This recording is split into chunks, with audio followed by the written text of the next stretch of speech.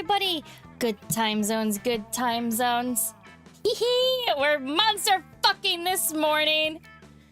So, I've definitely played Monster Prom before. You guys have seen it on the channel.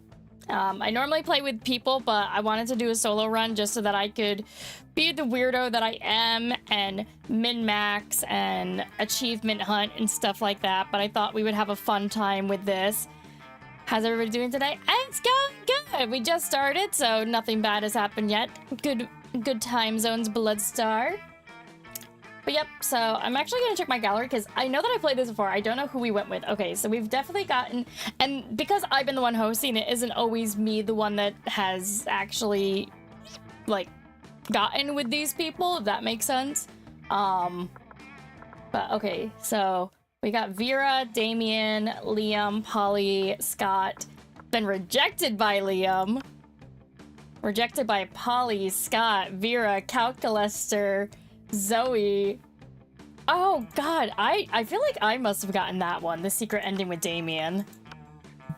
Oh my god, the other secret ending with Damien. Can you guys tell I have a type? Oh, secret ending with Miranda, secret ending with Polly. Secret ending with Vera. I know I got that one. This one was an achievement hunt. This one was definitely going to prom with the corpse.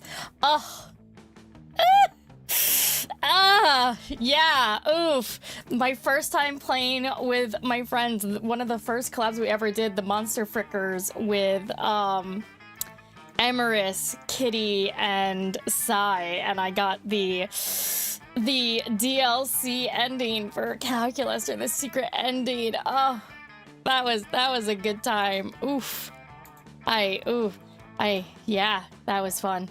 I'm doing good myself, just relaxing on bed with a 4th cup of coffee. God bless you. Oh my god, I can't imagine. I am not a coffee drinker personally. But yes, that beautiful, beautiful ending. Alright, so that's what we have. I don't know how the Polarizer are unlocked, but they are definitely cute. Oh, that's probably how. God, I love them. Oh my god, so cute, so cute. We love to see it. This is why I love this game. Yeah, because those are the ones that come with it. So this must be like the good endings or something that I've gotten. So that's funny, depending on which character I pick to and how they end up together does things. Also been playing Yu-Gi-Oh! Master Duel? Nice! I know my wife Kitty plays it. You turn me on. God, I hate them. Disgusting. Adorable, adorable. Oh my god, adorable! This is why dating games are my weakness, guys. Dating games, Otome games. I'm such a weak bitch. I'm such a weak bitch. I don't think I've ever run into the Slayer, which is so funny to me. Like, I don't know which two here are locked that I haven't found. Oh, nope, there's the Slayer. I have seen her. The Wolf Pack. Yeah, I know my wife Kitty plays Yu-Gi-Oh! I'm too dumb for Yu-Gi-Oh! I played it as a kid, and now I'm like, I'm way too dumb for any of this. Oh my god, the different versions of Miranda.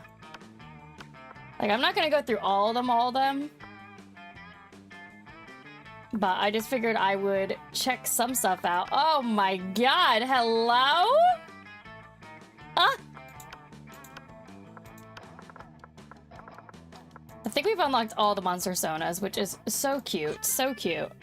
But okay, so yes, I have played this before. It's not like I'm going into this blind or anything like that, but I am going to be doing a solo run. But I am going to lie and say there's 4 players, so I'm going to be playing. I am going to be doing a 4-person solo run. Oh, if I want multiple endings, I don't know. I don't know. Well, it's just gonna be me, so it should be fine.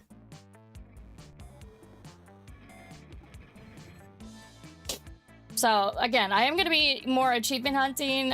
So there are going to be certain things that I'm going to do that are going to be weird. I'm not going to use a guide for the first time, and I don't know if I'm going to do 1 run, 2 runs. I don't know how many I'm going to do. We're just going to wait and see how my stamina is doing, how my voice is doing, and all that other stuff. But I just figured this is a spooky game. It's a spooky fun time. I love being a monster fucker.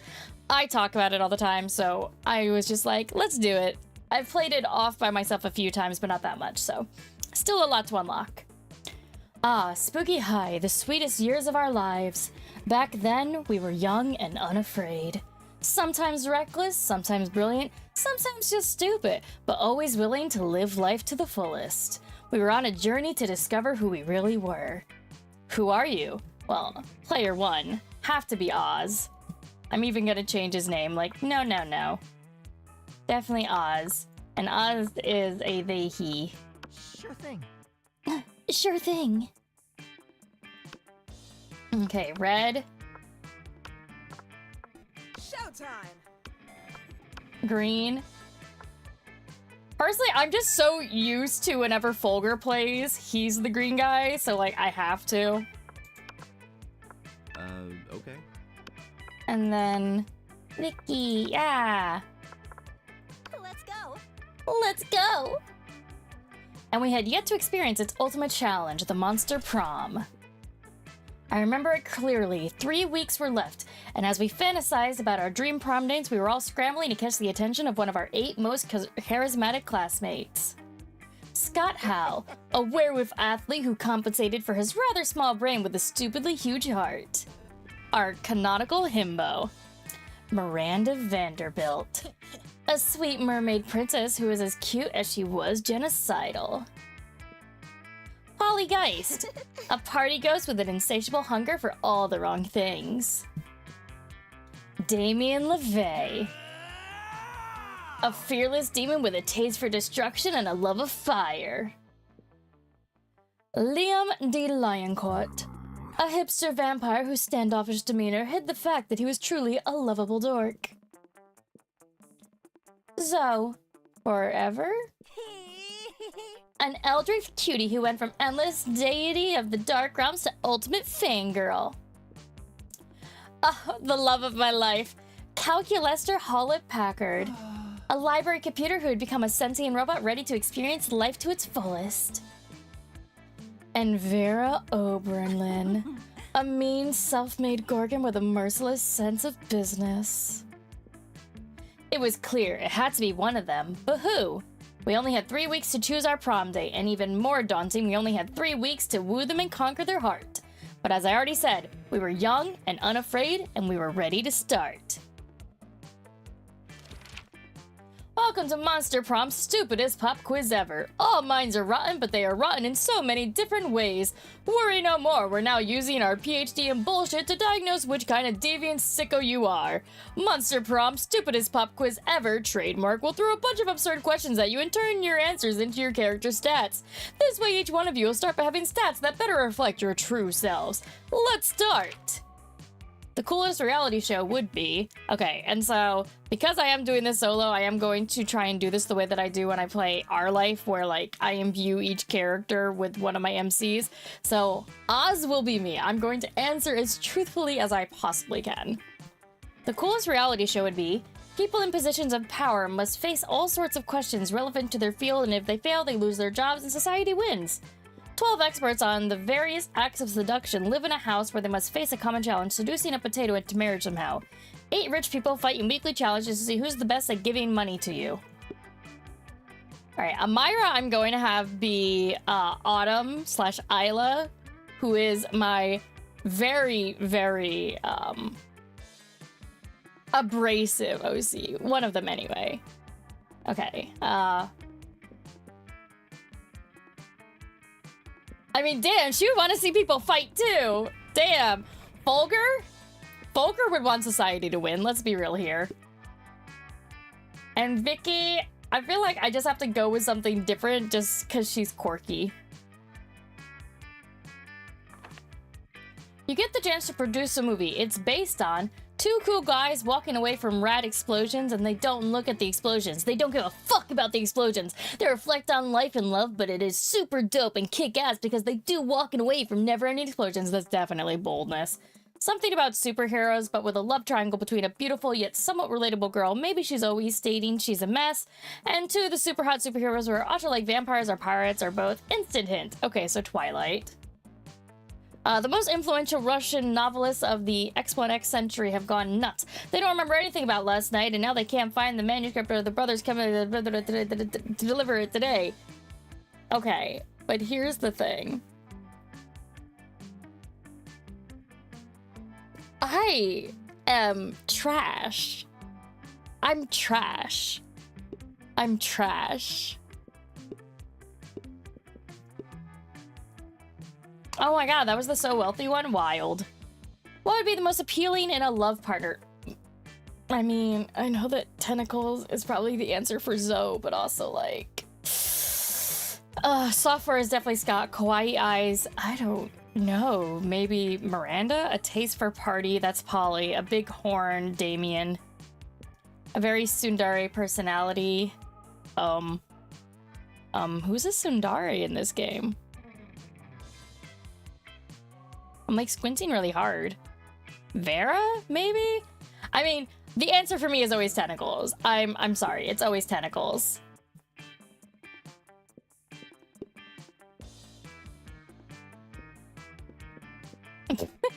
I mean, I know it's Damien, but at the same time, that would probably be Folger's answer. Let's go with Kawaii eyes. Yeah, I was correct on all parts. The world will end tomorrow. What will you do today? I would panic because that's what real organic people do, and I'm a real organic person. Nobody ends the world but me. I'll end the world today. They always tell you the world is ending. I'll profit on other people's hysteria.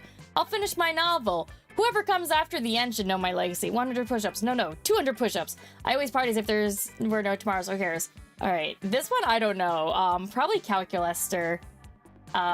This is definitely Vera. Polly, Scott. I don't know, maybe Liam. And this is probably Damien. My answer though is nobody has the. I'm fucking chuny, guys.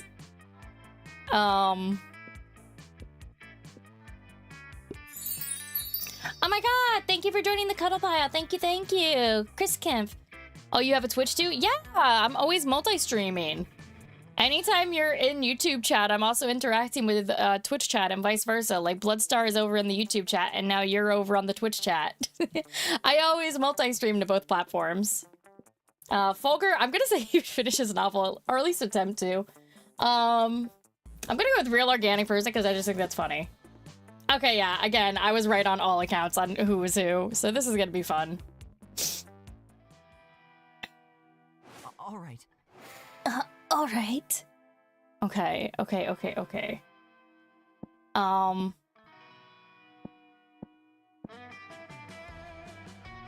So one of the things that I want to try, because apparently there's an achievement for it and it's not one of the hidden ones, so we're just gonna see what happens, but if you just go to one place the entire time. So I'm gonna make Oz constantly go to library and then I'll figure out the others later, but so like Oz always has to go to the library. Always has to go to the library. Always.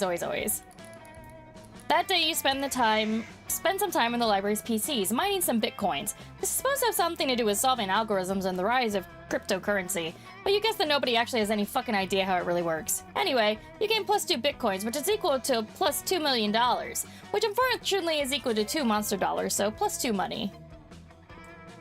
You're living your spookiest life when you hear the giggling of an Eldritch cutie pie met by the snorting of an angry prince of hell.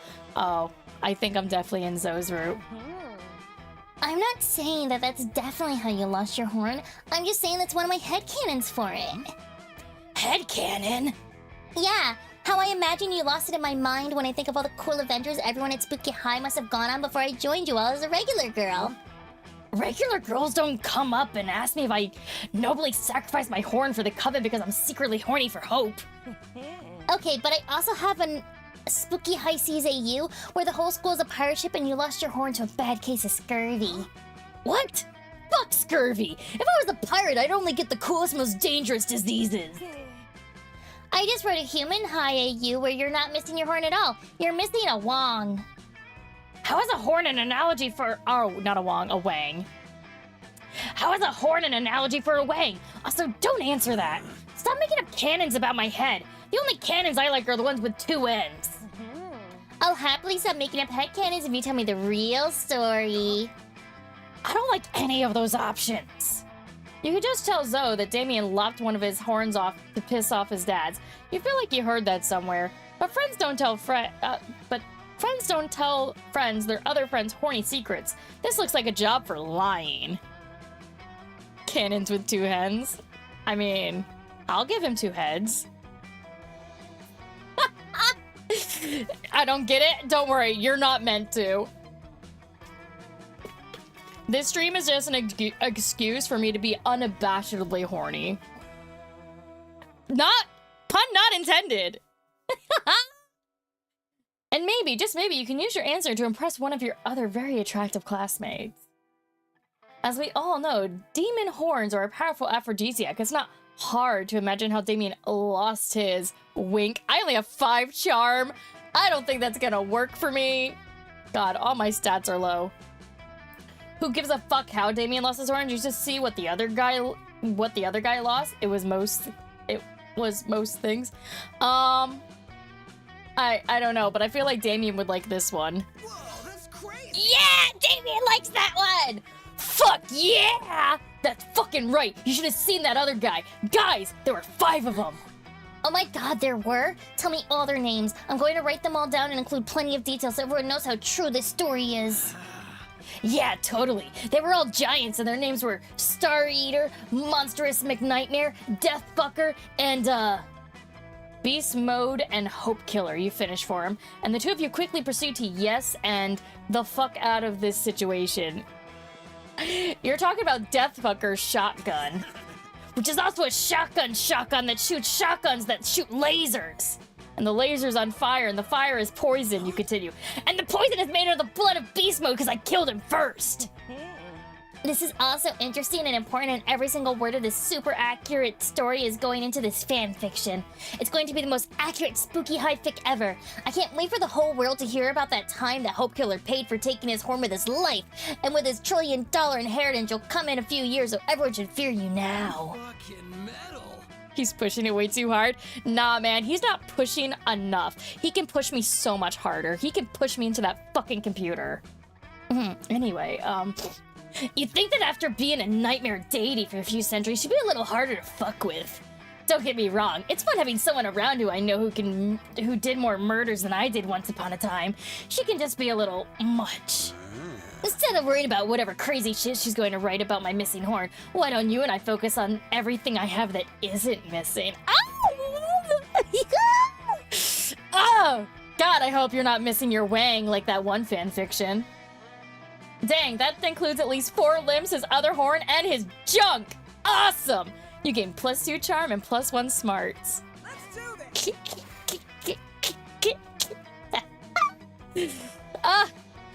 This is just an excuse to be horny. Anyway. And here I thought that I was gonna have her go down the Damien route, but I guess Oz is. Anyway, where are we going to send you? I mean, you already have pretty high smarts. I could just send you to the library now. Actually, I should look at everyone's stats real quick. Oh no, Folger definitely has higher smarts. Okay.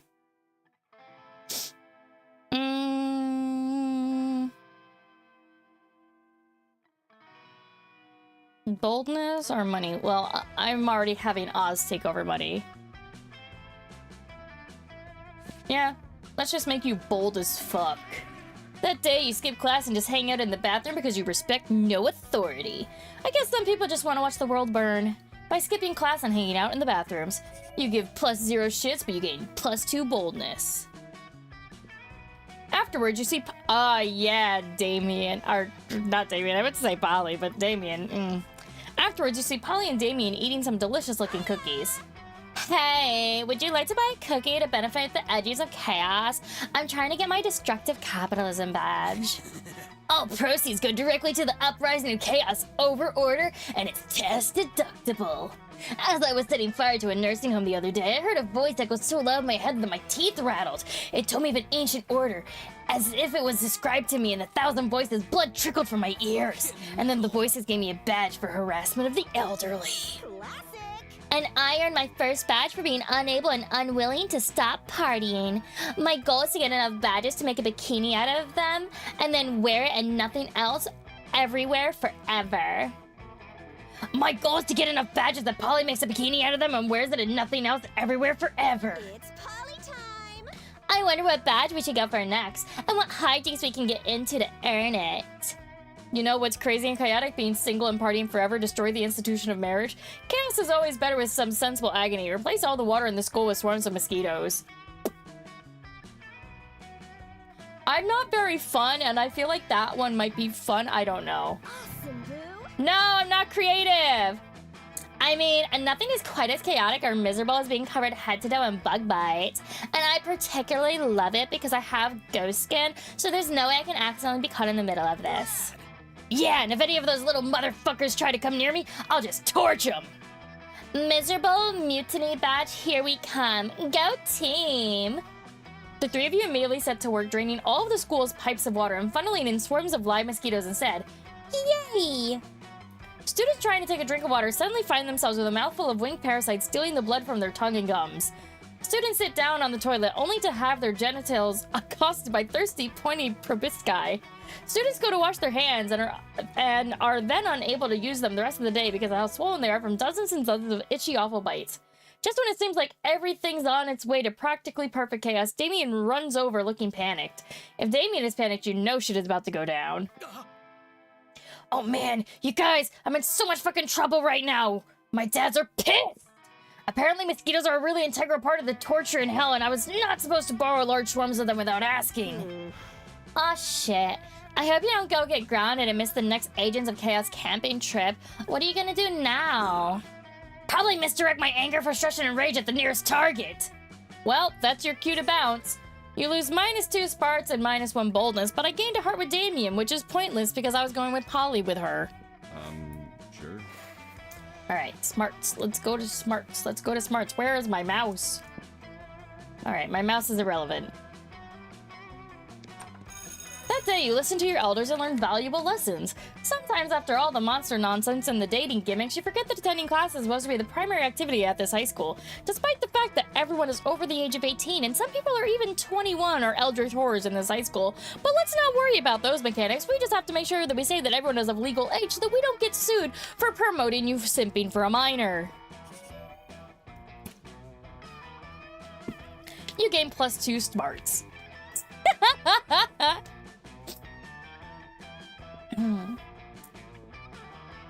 You're bored and doodling in your notebook when Damien suddenly appears. Why? Why? The game just knows that I love Damien and it's forcing all of the characters to fight for him.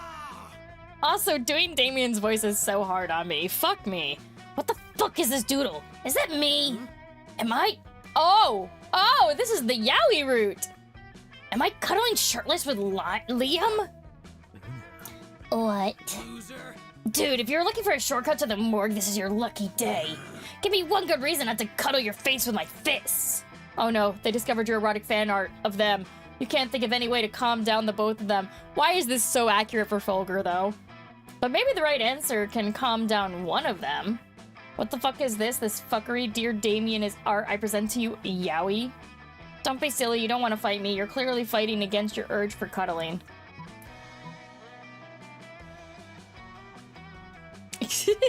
What the fuck is this? This fuckery. Oh, my creativity is too, but I don't give a fuck. What the fuck is this? This fuckery, dear Damien, is art I present to you, Yowie.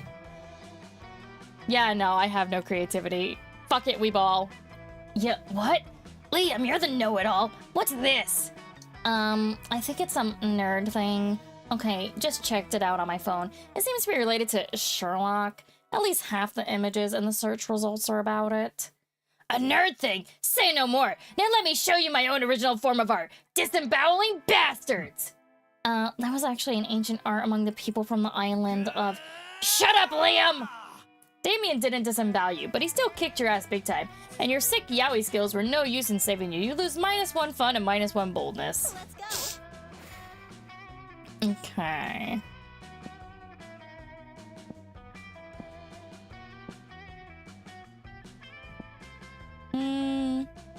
God, the creativity is abysmal. Whatever. We're just gonna ramp up her charm. That day, an epic dodgeball match takes place. Everything seems lost, but you deliver an inspirational speech that fuels your team's spirit, leading to a spectacular comeback. You're clearly a natural-born leader. You gain +2 charm. You feel the ratio of cheesiness in the surroundings growing, and that can only mean... Very extraordinary. Who's the No, I gotta do better. Who's the bestest, most perfect little snooky wookie pie in the whole world? My snooky wookie pussies! Is there anything in the world that makes one more articulate and well-spoken than the throes of true love? Running internal search, found 9,969 results, starting with a graduate degree in classic literature. Violet Tate, your relationship is so perfect. You're always together. Well, they are literally stuck together. And that's the kind of unyielding codependence that I demand from a future multi-hyphenate lover surf. Error found, unreasonable expectations. How did you know when you found the one? We're made of love. Oh, well, you know, when you know, you know. Error. Tetralogical explanation, input insufficient to extrapolate useful data. And having realized they have no actually useful input, the couple exists to do more coupley things. But oh, you know how to tell who's the one, or at least convince one of them that you're the one. Easy, Miranda, the one is willing to fight past monsters, face countless dangers, all to break into your home and kiss you while you're sleeping. Totally normal and not problematic at all. You're in luck, calculus, or I spent years studying and devising this complex formulatic theorem to calculate exactly who the one is. I have enough smarts for this. Good. Explain to me more about this formula. It certainly seems very legitimate. You explain your calculations are carbon-based because holy shit, if you tried to use numbers on calculus, you're game over. Instead, your very objective math is calculated using taquitos, fruit bats, and a trombone. Oh, how perfect! I always have my servants carry all of those things for just such an occasion. Once you put the shoelaces and honey in place, you flash a little ankle to activate calculations. The result of this objective process seems to say that Vicky is the one for Calculester. Running internal check, legitimacy. Initializing love.exe. We're so in already. Ooh, look at that heart. Ooh. Diagnostics concluded Vicky is the one for Calculester. Oh, do me next. If only you could, Miranda, if only you could. You can only have one prom date. And your eyes are set on that cutie computie's lack of eyes. You gain +2 charm and +1 boldness. Yeah, unfortunately we won't be doing this because it's just me and there's no point in deciding. But yeah, everybody chooses an object, say your choice out loud to the rest of the players before clicking. You've been captured by the enemy during a war. You have information that could tip the balance in their favor, and they know. Player order is decided based on how disturbed and afraid would you be if you were confined in a room with a man that assures you he will make you talk only with the help of such object. Oh no. I do like the designs for the monsters. They're pretty good. They're so good. I'm just gonna keep everyone in order so that I don't forget who's trying to fuck who. But it's so chaotic when I do this as a collab, because like I will come up with the most unhinged things to say to people. Okay, Oz. Who was I trying to get him with again? I've already forgotten. Oh, Damien. Strange, you could have sworn Polly and Damien were at this table when you picked it. Hey, loser, down here. Boo. It's us, Polly and Damien, hiding under this table for totally innocent reasons. A ferocious roar sounds from the door of the cafeteria. Crazy Martin, the werebear janitor, is here and he's looking for someone. Oh shit, he's here! Why is he after us anyway? I think what we did really falls more under federal jurisdiction. International law, more like. Those munchkins were Canadian citizens. Now that you mention it, I think we might actually have to face a war crimes tribunal. Worth it though, right? I love war criminals. Oh, totally. As long as we can get away from Buzzkill the bear over there. Just hide in the ghost zone, you know, the special alternate dimension only ghosts can use. Hide behind diplomatic immunity? I mean, you're both princes of hell, right? Not me. I'm not even a princess of hell. Guess you should have thought of that before being born a commoner, huh? I wasn't born, Damien. I was died. Well, die better next time. I'll try to keep that in mind when I'm being tried at Fairy Tale Court for negligent munchkinside. Great, let me know how it goes. I'm about to crush an orphanage and get away with it because I'm royalty. Later! After the orphanage crushing, Damien takes you out for ice cream. Sweet! Literally. Let's do this. Okay. Damn it, I was trying to have her go for Polly too, but oop, it is what it is. Let's just go to the shop. Show me that money. Good old Amira, what's it gonna be today? I mean, I've done that event. I don't know what these other events are. A cult ring?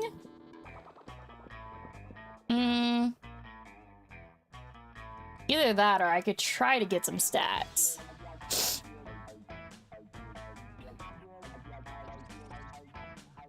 I'm trying to have her go for Polly, so I should probably get more fun, even though the fact is that she's going to be in boldness hell. Anyway, let's go with fun. Catch you later. Have a good one. Sure. Okay. Time to go for my beloved Vera. Wait, no, I wasn't going for Vera. Fuck. Who is he going for again? Oh, I guess Liam. Because I think, yeah, Liam showed up. You approach Liam and Vera at their table, but before you can sit down, Vera holds up a hand. Stop. This is the cool people table, where only cool people are allowed. So mainstream. I would agree with what Vera just said, but agreeing is something only uncool people do. Wouldn't you agree, Vera? Nice try, Liam. But I think we're getting away from the point. This interloper still wants to sit with us. Well, if he wants to sit with us, he's gonna have to prove he's as cool as we are. But without, like, trying to prove it. Trying is so uncool. So, what's it going to be? Vera, my wife. Well, I guess I'll be going then, because there's no way anyone could ever be as cool as Liam. Let me ask you this. Would an uncool person be giving Vera 50 monster dollars right now? Nah, definitely have to go with the Liam one. Wait, was that sarcasm? No, of course not. Fulgur was clearly being totally sincere. There it is again! Are you two doing this on purpose? Now, why on earth would we do that? Gah, I can't tell whether you're being sincere or ironic. It's so cool. Everyone knows clear and efficient communication is the least cool thing of all. You've wooed me with your open disdain for language. I can't tell if you're being serious or not. Exactly. Vera and Liam invite you to sit with them and chat. By the end of the lunch, none of you has any idea what anyone else meant. So cool. Let's go. Holly, my love. Go to Calculaster where you belong.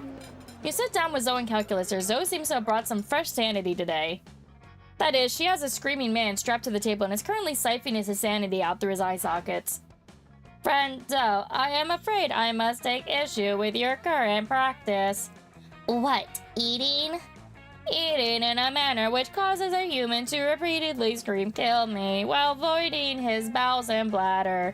It does not seem nice. Are you for real? Look, I was born this way, okay? Well, not so much born as ripped from the fabric of reality itself and animated with equal parts raw malice and the concept of despair, but still, don't judge me. I do not possess the necessary framework to judge you, Zoe. I do, however, wish that you would find another way to attain sustenance. You can't stand to seeing those two at odds. Maybe you could convince Zoe to change her ways, or convince Calculator that they don't need changing. Zoe, why don't you eat this vegan brownie I brought instead? It's probably way tastier than that guy's sanity. Oh, come on, Calculator. Sanity isn't even one of the top 5 worst things Zoe could be devouring from this dude. Wait, are you telling me it's possible to eat food? That is, in fact, the primary purpose of food. Wow. Well, this changes everything. Toss me that brownie. Tossing the brownie is unnecessary because you're sitting right next to Zoe, but you don't argue with a woman who has an insane half-corpse tied to a cafeteria table. OMG! This is delicious. It doesn't even taste like suffering a little bit. That is because it is a vegan brownie. You know, I never thought I could enjoy something that didn't involve mutilating a person's body and mind. You've opened my many eyes today. But I'm not sure if I'm ready to go full vegan. Maybe I can be flexitarian, as in sometimes eating vegan food and sometimes devouring people's minds and souls. It sounds okay enough. Query, what should we do with the gibbering human still affixed to the table? Oh man, I don't know. This is so embarrassing. Put him in the trash compactor, I guess. That does not seem to be official school that does seem to be official school policy, yes. You really bomb a calculator while hauling the convulsing mass of human flesh to the garbage chute. Teamwork makes the dream work. Everybody choose an activity, say your choice out loud to the rest of the players before clicking. Player order is decided based on how wrong it would be to partake in this activity as a way of keeping a group of babies distracted. Wow, it's a good thing I'm doing a solo run. Oof. Anyway, time for night classes. Okay. This sucks that it's the shop, but I did say I was gonna do the library the whole time. You missed me and my shit, huh? Worry no more. All this shit can be yours if you have the money. Not me, though. Oh. There's so much, but can I just get nothing? Yeah, no, this costs nothing. Because I would like to have lots of money. Monster fricker? I am a monster fricker! I fuck all the monsters! What's the gift that keeps giving? Hey! I got so much armor. Shopaholic, you bought all items at least once. Wow. Wow, I just got that achievement. Nice to know. Also, I have -1 fun, but yo, my charm is off the charts. My boldness is non-existent. Let's fucking go. It's itchy as fuck, but form over function, bitch. Let's do this. Okay. And she was going pure boldness run. That day you skip class, intending to spend the term in the bathrooms, but you encounter 3 wild hyenas on the way there. Who the fuck runs security here? Anyway, you subdue them with the help of a hair comb. God bless the mouster scats and all the idiotic scenarios they prepared you for. By the time you get to the bathrooms, you've totally gained +2 boldness. Later, you're minding your own business, which soon proves to be difficult when you notice Damien and Scott in the vicinity in the middle of some hot, sweaty arm wrestling. Unfortunately, you can't enjoy it very long, since stupid, strong Scott beats Damien in no time. But it seems you're not the only one mad at the outcome of this situation. This is so unfair! That one didn't count, Scott. We should arm wrestle, but with guns. But bro, I've got these 2 guns already. And by guns, I mean my big arm muscles. Which, just to be clear, are not real guns. But still. Shut up, I will murder you! No, no, no! Arm wrestling proves nothing! To see who's the very best, we should scream at a huge rock until it breaks just because of our pure rage and awesomeness! Or we should subdue a tiger with just a scary and manly look. Bro, now you're just quoting stuff from yesterday's episode of Ultimate Warriors of Mount Awesome. Face it, bro, I'm the Ultimate Warrior. No! Arm wrestling doesn't mean shit! Hey, noob. Hey you, Amira, not because arm wrestling isn't going my way, but I've just decided you should settle this tie by proposing a way to decide who the real Ultimate Warrior is around here. Whoever can punch the sun in the face.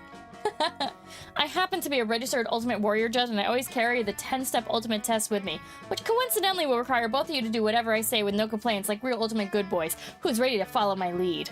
Okay, that one's definitely going to make Scott happy.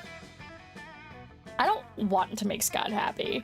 At the same time, though, Amira is supposed to be down the Polly route, but we're down the Damien route somehow, but it's fine. Whatever. Let me look at my stats. I feel like this one's charm and this one's boldness. I have boldness. I don't know, bro. That doesn't even seem possible. I'm fucking in! I'm gonna punch that stupid sun right in the face and I'm gonna be the very best! Anyway, I wanted to punch the sun already. That motherfucker thinks he's more fiery than me. Are you sure about this, Damien? Isn't the sun like a big ball of gas without any face on it? That's what a little sun-fearing loser would say. Also, how do you plan to get there to punch it in its face anyway? The sun is like super far, Damien. No, it's like super, super, super far. I'm like 86% sure you can't get there with a ladder. Yes, God, I know I'm not an idiot. That's why I'll be using, a really tall ladder. Okay, it seems the 2 of you will need to work out the specifics on that later. Nah, bros, I'm out. This plan doesn't sound very nice nor very possible. Also, the sun and I are pen pals. What? Ha! I knew Good Boy Scott wasn't fierce enough to punch the sun in its face. But me, I'm Damien fucking Levain. I will punch the sun in its fucking face because of all the bad things it's done, like UV radiation and shit. But mostly because of pure gratuitous violence and because I want to become the ultimate warrior no matter what. Are you free in the next few weeks, Amira? I'll be needing your smarts to come up with a good plan for not dying while punching the sun. I hope you're ready for some wacky misadventures that'll strengthen our bonds, maybe even into the love zone. Fuck yeah, you're ready for that. It's punch in the fucking sun time. Oh, and you gain +2 creativity and +1 boldness. Sure.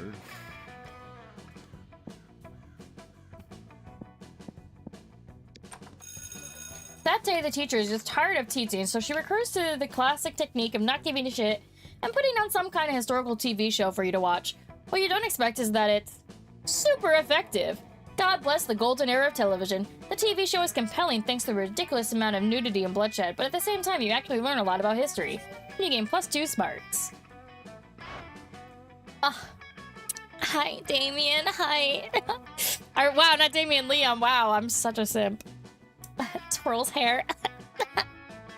You hang out afterwards to impress Liam with your sweet momentgram filters. You're really making some headway when... Never fear, bored teen. I'm here to rescue from the drudgery of high school. I suppose your heart's in the right place, but I'm afraid there's no experience novel enough to conquer my limitless ennui. Not even marrying an interdimensional prince? I'm an interdimensional prince! Fuck you! No, not even that. What about marrying an international prince? Ironically. My god! It's so disruptive! It may be the most disruptive thing ever! No, it seems the prince has bewitched Liam with this idiotic proposal. All is lost unless you can think of something even more disruptive to marry. A unicorn with a toilet inside, the concept of marriage itself. I feel like this is potentially smart or charm. This one's probably fun, and I'm not good at that. So smart. God bless. But you can't marry marriage. Maybe you can't, but that's only because you do not possess the soul of a poet. Don't you see the brilliance of this scheme? No. Marriage is monogamous. If I marry marriage, then no one else can marry. It's the most disruptive marriage of all. So long, posers. I'm off to deflower a precious social construct. This will surely put a stop to the prince's practice of proposing marriage to random high schoolers. As soon as Liam figures out how to actually marry an abstract concept. Meanwhile, you gain +2 creativity and +1 smarts. Time to head to the charm school. That day, an epic dodgeball match takes place. At one point, you're about to be eliminated by a player from the other team, but suddenly you convince him not to throw the ball at you with a heartfelt speech about the importance of everyone's lives. The player bursts into tears, and you take advantage of that moment of weakness, throwing a ball at him. You lose -5 mercy, a stat that might be useful in Monster Prom sequel, but isn't now, and you gain +2 charm. In the next game, you find yourself stuck on a team with Calculaster, Miranda, and Liam, 3 great friends with hot bods, but 0 dodgeball skills. Detected. Correction, aggregate team dodgeball skill index -5.6. Fine, I'll just show my... the narrator! Fine, I'll just show myself out then. So what, Calculaster? We may not be very good at dodgeball, but we got something even better on our side. Me! I am a princess. The other team doesn't even have a lowly viscount. Victory is ours by divine right. Whatever. We're obviously the charismatic underdogs in this situation. The other team might win the game, but we'll get the moral victory.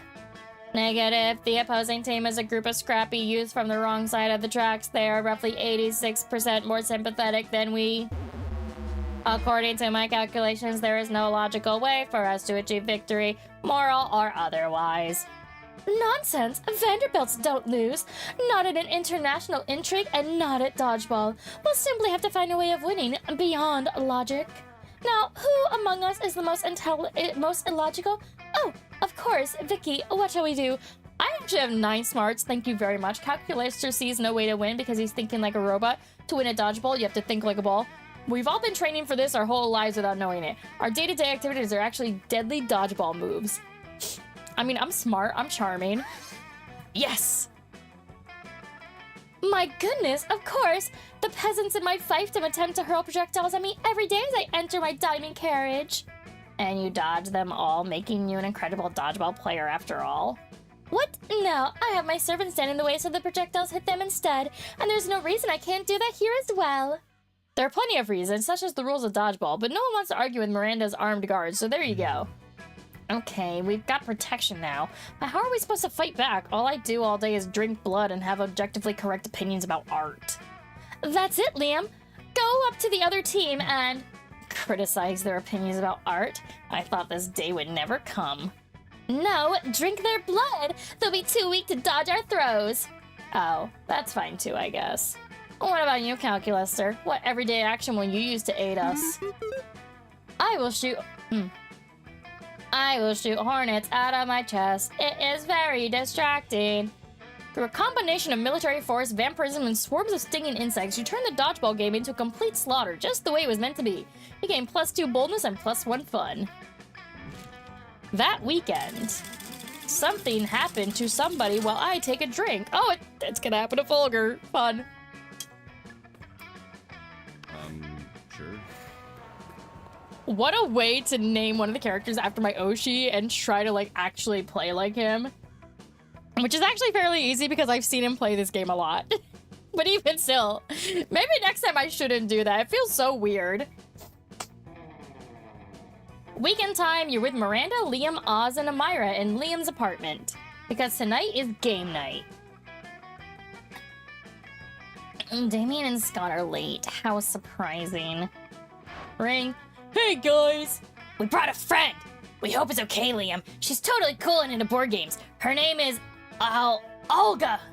You do realize we can all see this just a huge owlbear poorly disguised as a high schooler, right? Rude! Yeah, Liam. You don't see us accusing you of being a huge owlbear poorly disguised as a high schooler. Scott is technically right. We haven't done that. Therefore, I feel inclined to trust him. Whatever. Can we play some games? Heck yeah! And before you even try, no, Miranda, we're not playing your version of Risk where you start with a huge underwater empire. It didn't sound funny, and it turned out to be completely unfunny. What about... No, not werewolf either. We won't play that until you learn you're the only werewolf. You're the werewolf only when you get the werewolf card and not just always. Right, we should totally play not Cards Against Monster Kind, Damien. It requires no strategy nor skills aside from making vulgar jokes. We get it, you like it because it's totally wrong. Today, we're enjoying a refined and complex Eurogame. And you know it's a Eurogame because we'll spend more time learning the rules than actually playing. It's called Chess 2. It includes deception, dice, deck building, an auction system, dozens of figurines, and hexagonal tile placement. After 3 hours of learning the rules and an extra hour for proper setup, you start playing. But it isn't long before Olga starts wreaking havoc and destroying everything. This is not nice. Okay, brace yourselves. Olga might actually be a wild owlbear disguised as a high schooler. We thought it'd be cool to sneak a wild owlbear into game night because of reasons. Sorry, we thought it'd be super nice and inclusive for owlbears. My apartment! My beautiful and minimalistically decorated apartment is being destroyed. Also, is she somehow winning? She is. You need to save game night. But how will you subdue a wild owlbear? The only logical way seems to be by beating her at chess 2. But she's kind of super good at it. It'll take 2 proficient tabletop gamers to beat the owlbear. You know you kick ass, but which of your friends is also amazing at tabletop games? It's so funny how accurate this is too, because Fulgur is actually a D&D maniac. Oz is the best at games. They play Russian Pictionary once a month, and if they're still alive, that can only mean they always win.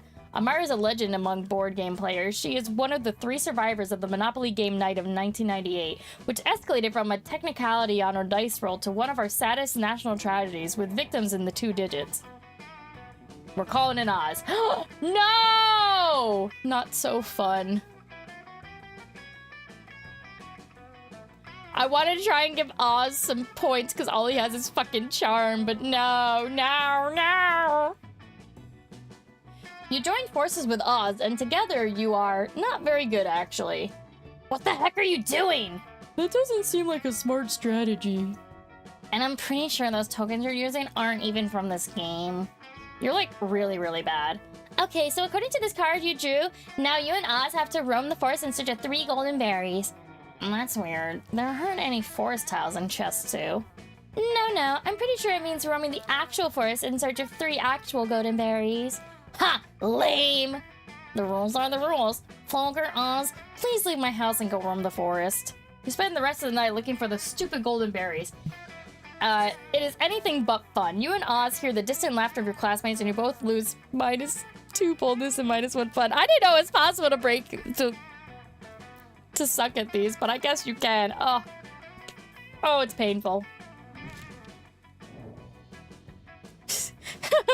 Poor Oz is not doing good. Our charm is off the charts, but -2 boldness and -2 fun. Everybody chooses a historical figure. Say your choice out loud to the rest of the players before clicking. Picture this. 5 years ago, these historical figures time traveled to our times, and now they live in the present time. Now, only one of them can remain here, and who stays will be decided through a series of Pokemon battles. Player order is decided based on who would win. Oh, that's so funny.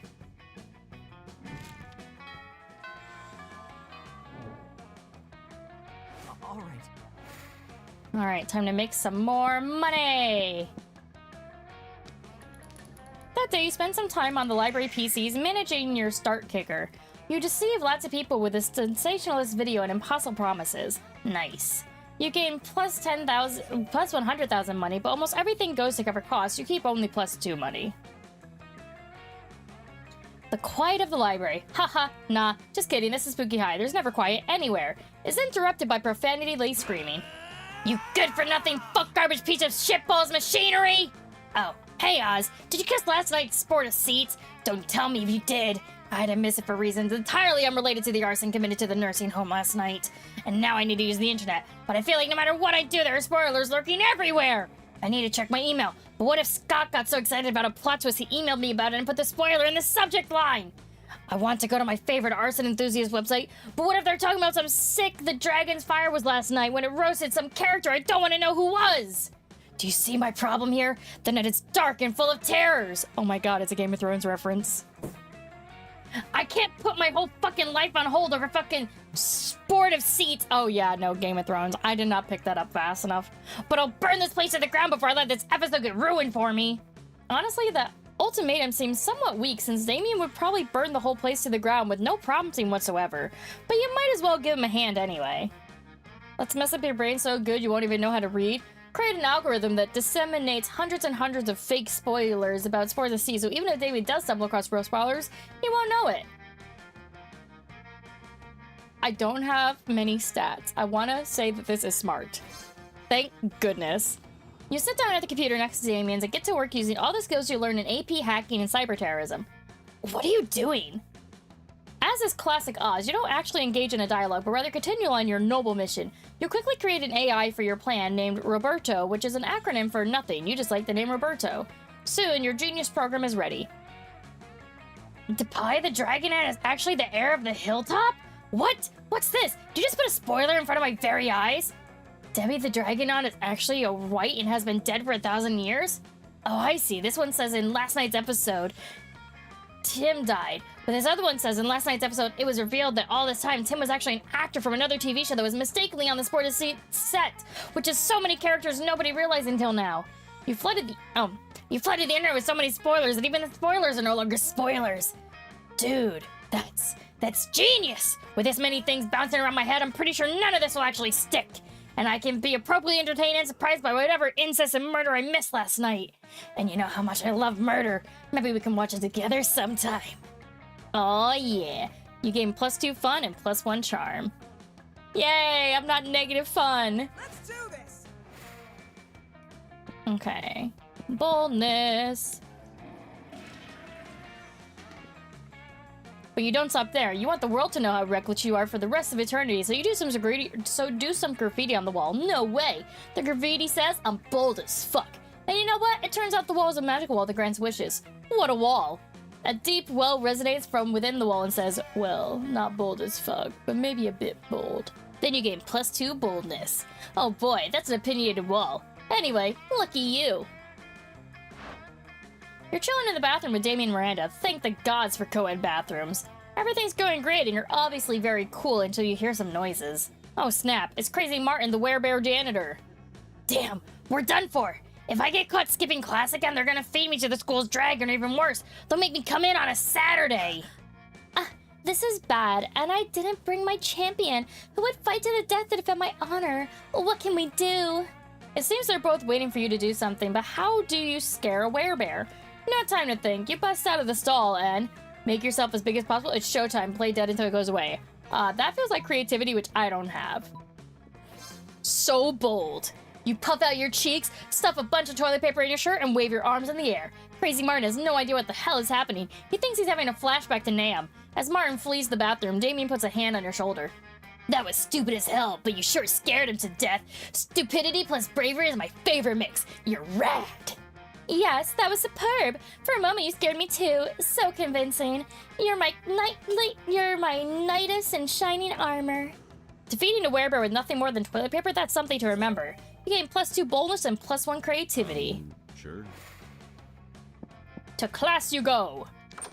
What's up? Hey, why would you study and prepare for your future when you can come here and buy some weird shit instead? Am I right? Oh, he's too poor for everything. Oh no. That's boldness, creativity. Probably charm.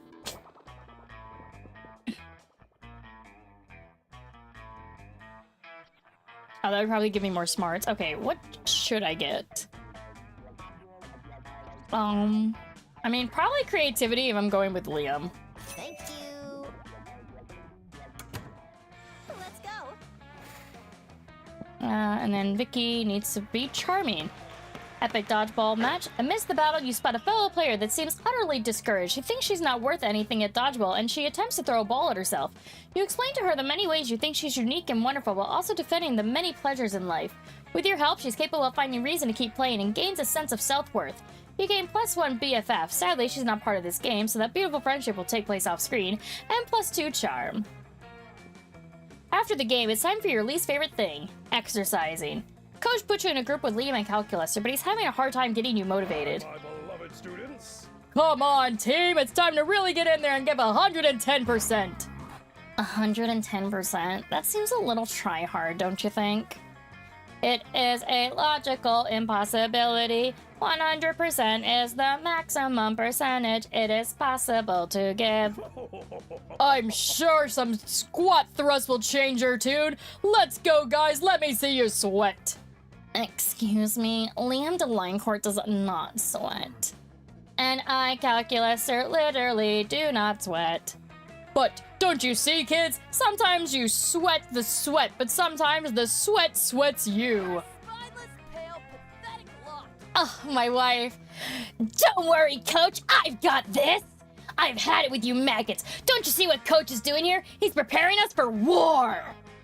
If by war you mean a lifetime of healthy habits and cardiovascular health, then war!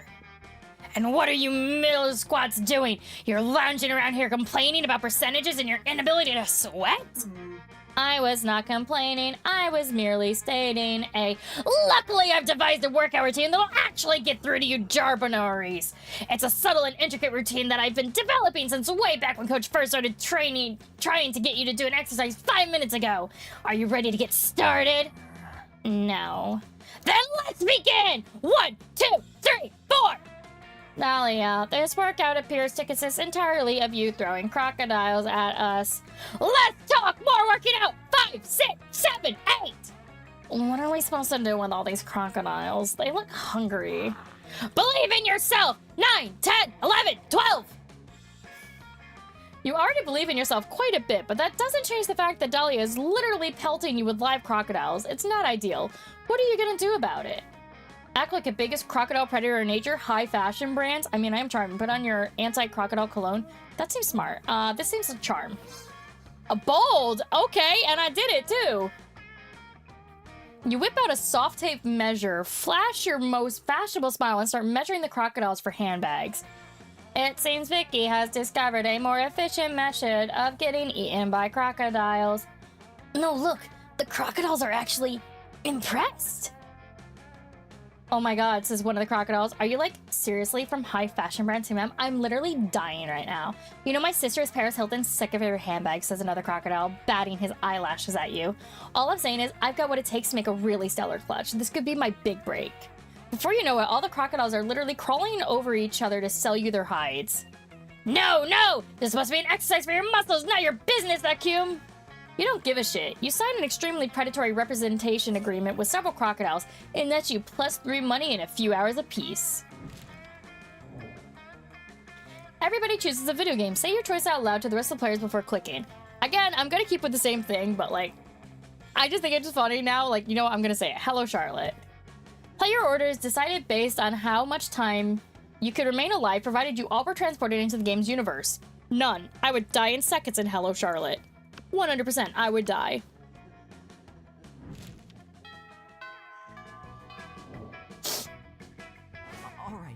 All right, Oz was going for, oh my god, Dahlia. Anyway, yeah, Damien. You find Scott and Damien immersed in their favorite mobile game, Pokemans Go, based on the classic Pocket Humans. Oh, Pokemans, yeah. My Renjico boasts with used income tax audit. Oh no, my Lindsay Roberts never saves receipts. It's super effective. Ha ha! Now for the finishing blow. Wait, what? Reginald contracted lymphomia? Reginald's lymphomia deals 500 physical damage to him and 999 emotional damage to him and his loved ones? Ooh, I win again. Why are your Pokemans so unhealthy, Damien? Because I make them all smoke cigarettes and live next to toxic waste dumps, obviously. Maybe you should stop that. Where's the fun in that? Let's have another match. What are you two nerds doing? Nerding around? Nerd up, nerds! Whoa, Scott, is that you? We didn't recognize you under all that nerdery. What are you doing playing a dumb video game for stupid babies? But Pokemans isn't dumb. It's cool because... No way is Scott gonna come up with anything, but if you do, maybe you could score some points with Scott or Damien. Show them that a phone equipped with Pokemon's Go can also be used as a football. Say nothing. Pelt them with steamed vegetables. Vegetables, we hate those. Stop it! Seriously, pelt us with ground beef or something, or at least some sausages or pig's ears. How about some forks and knives? Or some knives and knives? I'm just gonna keep throwing knives! These knives are almost as bad as the vegetables. Guys, come on, stop throwing carrots and knives at my cousins. You stop. Alright, as soon as the wolf pack have retreated out of range. Nice thinking. Finally used for vegetables, am I right? Damien barely remembers to take the knife out of his hand before high-fiving you. He does, though, so that's a win. Please, please let me get with Polly, please. You take your seat, and if you didn't know any better, you would say that it seems like Vera and Polly are almost more interested in their phones than they are in you. And you do know better, and you know that, yes, that is exactly what's happening right now. It's nothing personal, Amira. It's just Polly and I are very engrossed in texting our financial slave. Yeah, it's pretty hard to compete with some guy whose fetish is buying you anything you want. That's my fetish too. Not buying things for people, having people buy things for me. Duh. Good thing he's rich enough to take care of both of us. You know what they say, true friendship is sharing secrets and financial slaves. Still, I do worry that this arrangement might not be sustainable. What happens if he runs out of money?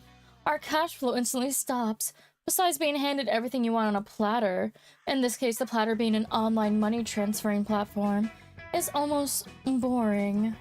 Yeah, I get that. It's a little less boring when you're on as much acid as I am right now, but I see what you mean.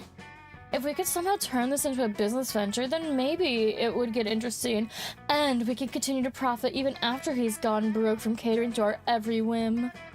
I mean, how interesting do you think business actually is? Since he's so obsessed with us, we should just tell him to do something totally insane and see if he does it. I don't know. A weirdo giving away his money and getting into hijinks is great and all, but I want to start making real money. And I think money is fine and all, but my favorite currency is chaos. Seems like the ladies are at a very exciting crossroads. Maybe a random bystander can give them a nudge in the right direction. Tell him to marry a llama. You can easily grow this arrangement into a business, just escalate and delegate. Have the financial slave go and acquire his own financial slave to give him money, and have that financial slave go and find a financial slave. Tell him to marry a llama. Oh my god. Yes, that is everything to me. I actually had a dream just like that one time, except it wasn't a llama, it was an alpaca. But it wasn't a wedding, it was a bar mitzvah. But other than that, it was exactly the same.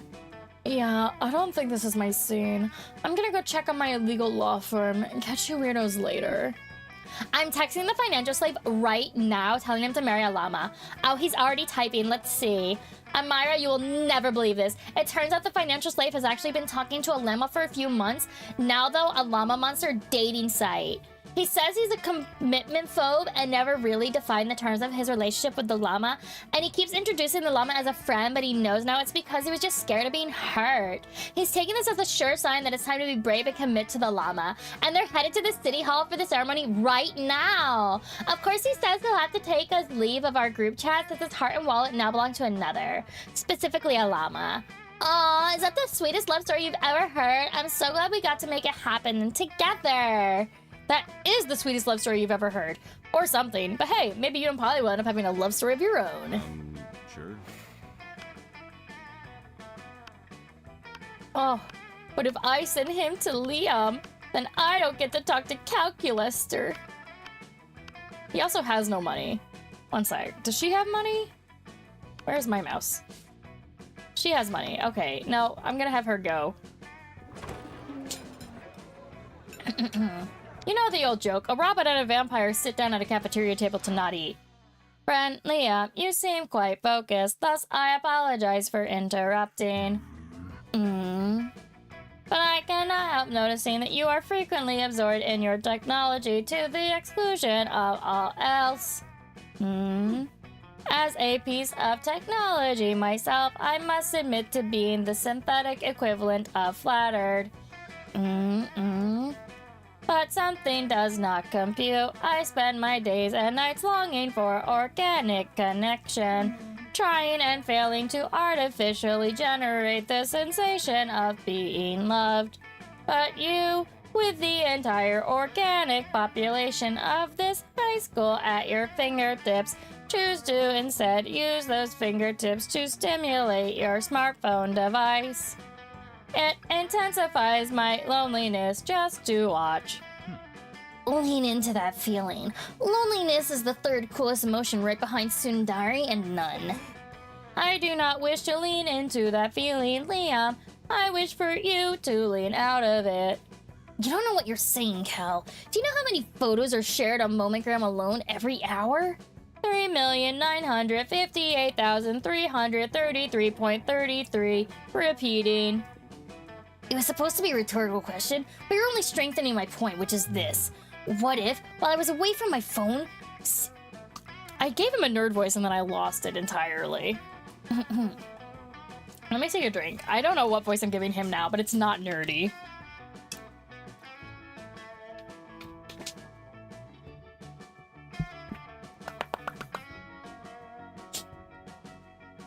What if, while I was away from my phone seeking organic connection, one of those Momentgram codes were to be bad? Who would post a devastatingly conceding emoji? Who would ironically share it along with a gif of Marcel Jumplin languidly smoking a cigarette? Who, I ask you? Who? The internet is defenseless without me. I cannot miss a moment. Counterpoint, this is unhealthy and bad, and you should not do it anymore. Wow, things are getting pretty heated at this cafeteria table. You better resolve this dispute one way or another before your ice cream melts. Leave Liam alone, Calculator. Not everyone has a super potent microprocessor for a brain, so that they can receive internet updates while interacting with people. Check your robo-privilege. Calculator is right, Liam. How about instead of burying your pink-tinged nose in your phone, you get updates on a puppet show Calculator and I will perform for you now. You are so right, friend Fulgur. I did not take into consideration at all friend Liam's weak and limited mind. My mind is neither weak nor limited. You just don't understand how to properly enjoy social media the way I do.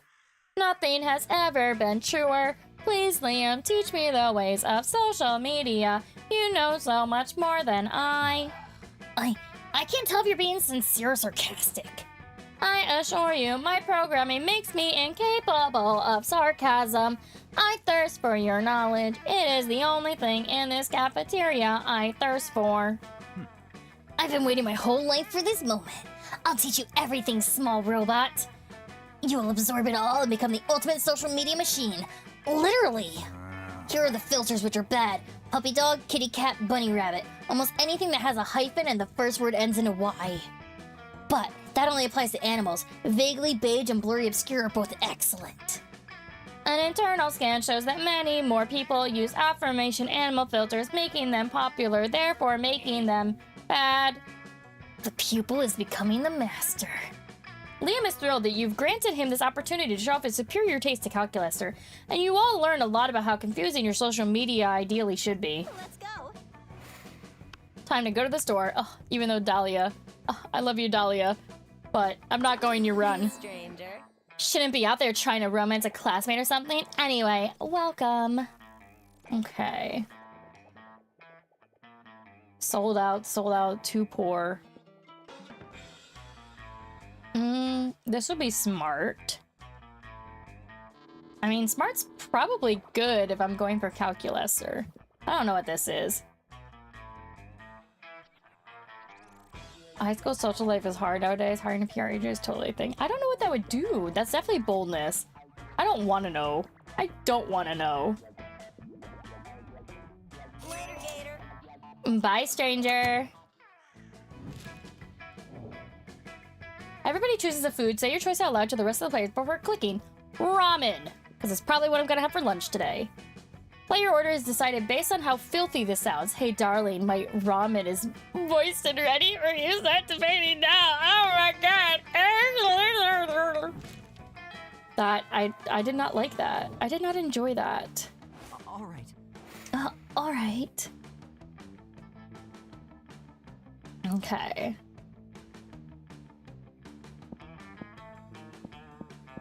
Money, money, money, money! Money! Oh my god, I also realized I'm totally not gonna get Damien. I have -2 boldness. I am so fucked. That day, you spend some time on the library's PC sending malicious spam emails in the hopes of stealing other people's money. It doesn't sound very nice, but who's really the one to blame if they respond to such a blatant scam? You lose -10 karma, which isn't a stat in this game, so who cares, and you gain +2 money. You see Damien beating the piss out of a goblin like he always does when he's depressed. You go over and ask him what's up. It's this whole heir to the throne of hell thing. It's really bumming me out. I hate being a prince of hell, and I'm gonna hate being a king of hell even more. I mean, how am I supposed to rebel against authority when I am the authority? Ugh, not even beating the piss out of this goblin is cheering me up. Damien continues to beat the piss out of the goblin, but his heart clearly isn't in it.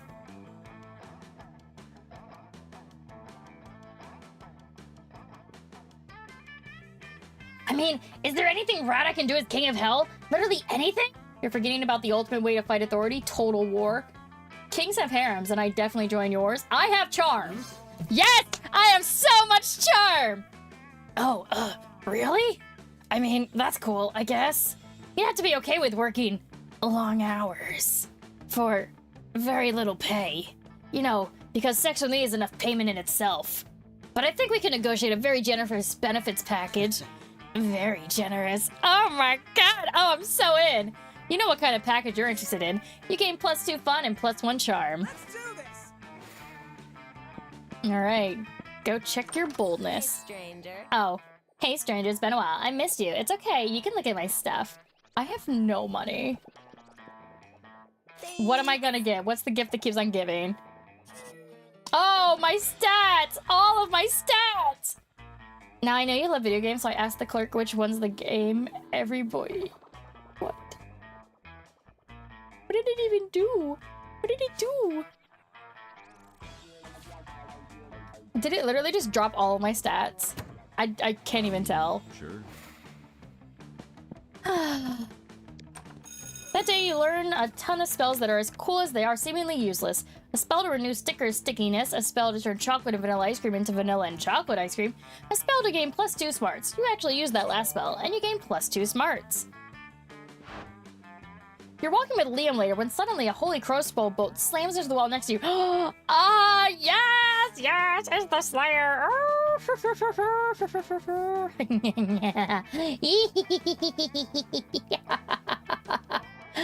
Ah, yes. Prepare to die. Prepared? See, the funny thing is, I just hear it in the Randy Man Savage line. And it's all Underhill's fault. I just love the prepare to die. I don't know. I can't even do it right. Prepare to die. You flee with Liam and manage to get out of sight. Now's the perfect time for you to hide while Liam turns into a bat. But he's not transforming. You ask him why the hell he's just standing there instead of changing. It seems a little cliche, doesn't it? A vampire turning into a bat? Honestly, I'm over it. If I could turn into, for example, the concept of a bat, now that'd be a change worth making. You don't even know what that means, but if you can't get Liam to turn into something soon, he'll get you both caught. You'll quickly tell him to change into a general feeling of unease. I love how I didn't even read the other one. It was a hot dog, but this one was obviously the right choice. Magnificent. The perfect balance of abstraction and practicality. I admit I have a difficulty imagining the concept of a bat, but a general feeling of unease? Why, I experience that many times a day. Liam disappears into a poof of purple smoke. You don't know where he's gone, but you sure don't feel good about it. What's the matter? Do you have your shirt on inside out? Have all your friends just been pretending to like you? Suddenly, the Slayer bursts in. She takes one step towards you, then stops. Why do I feel like I left my stove on when I left the house this morning? Shit! The Slayer flees to check on her stove. Liam turns back into a vampire and you immediately feel better. Oh man, my soul has never felt so tormented. I'll have to do that more often. You hope he decides to do it when you're not around, but you're glad he's happy. You gain +2 smarts and +1 creativity. Let's go! Yay! Let's go. Let's go! Oh, my wife. I love her so much. Okay.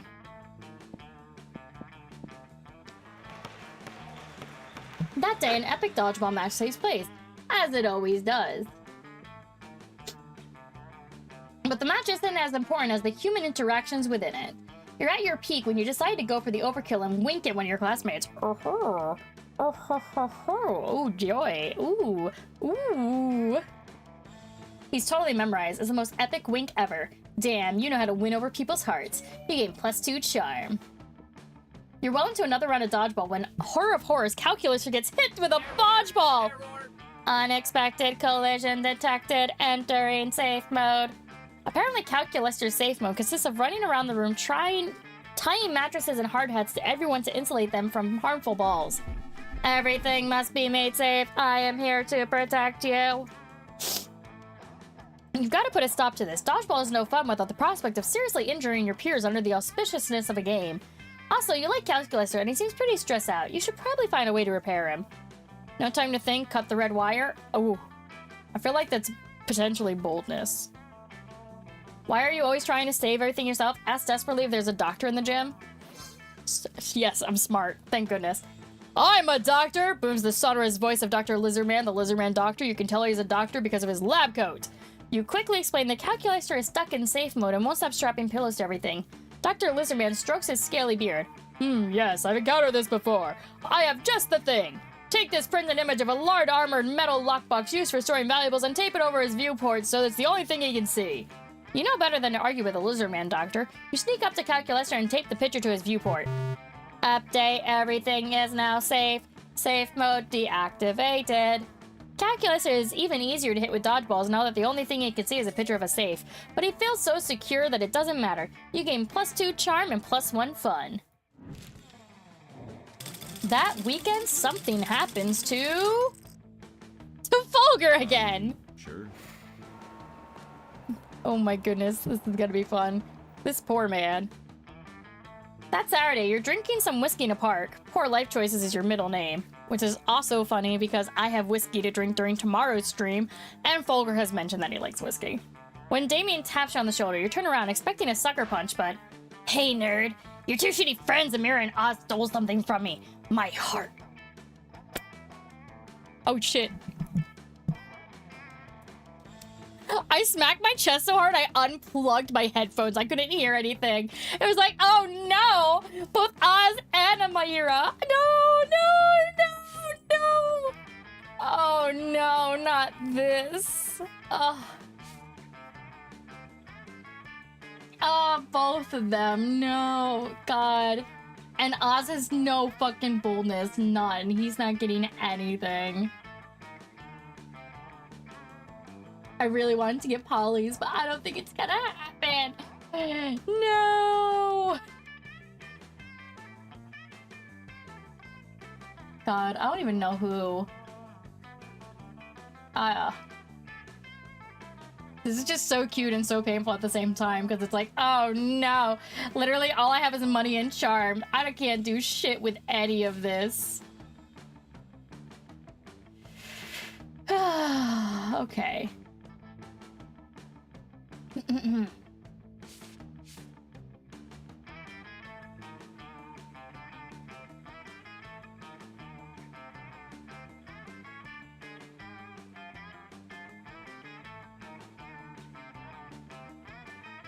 I'm like debating. I'm so quiet because I'm trying to debate. It's like, no, should I do this or should I do that?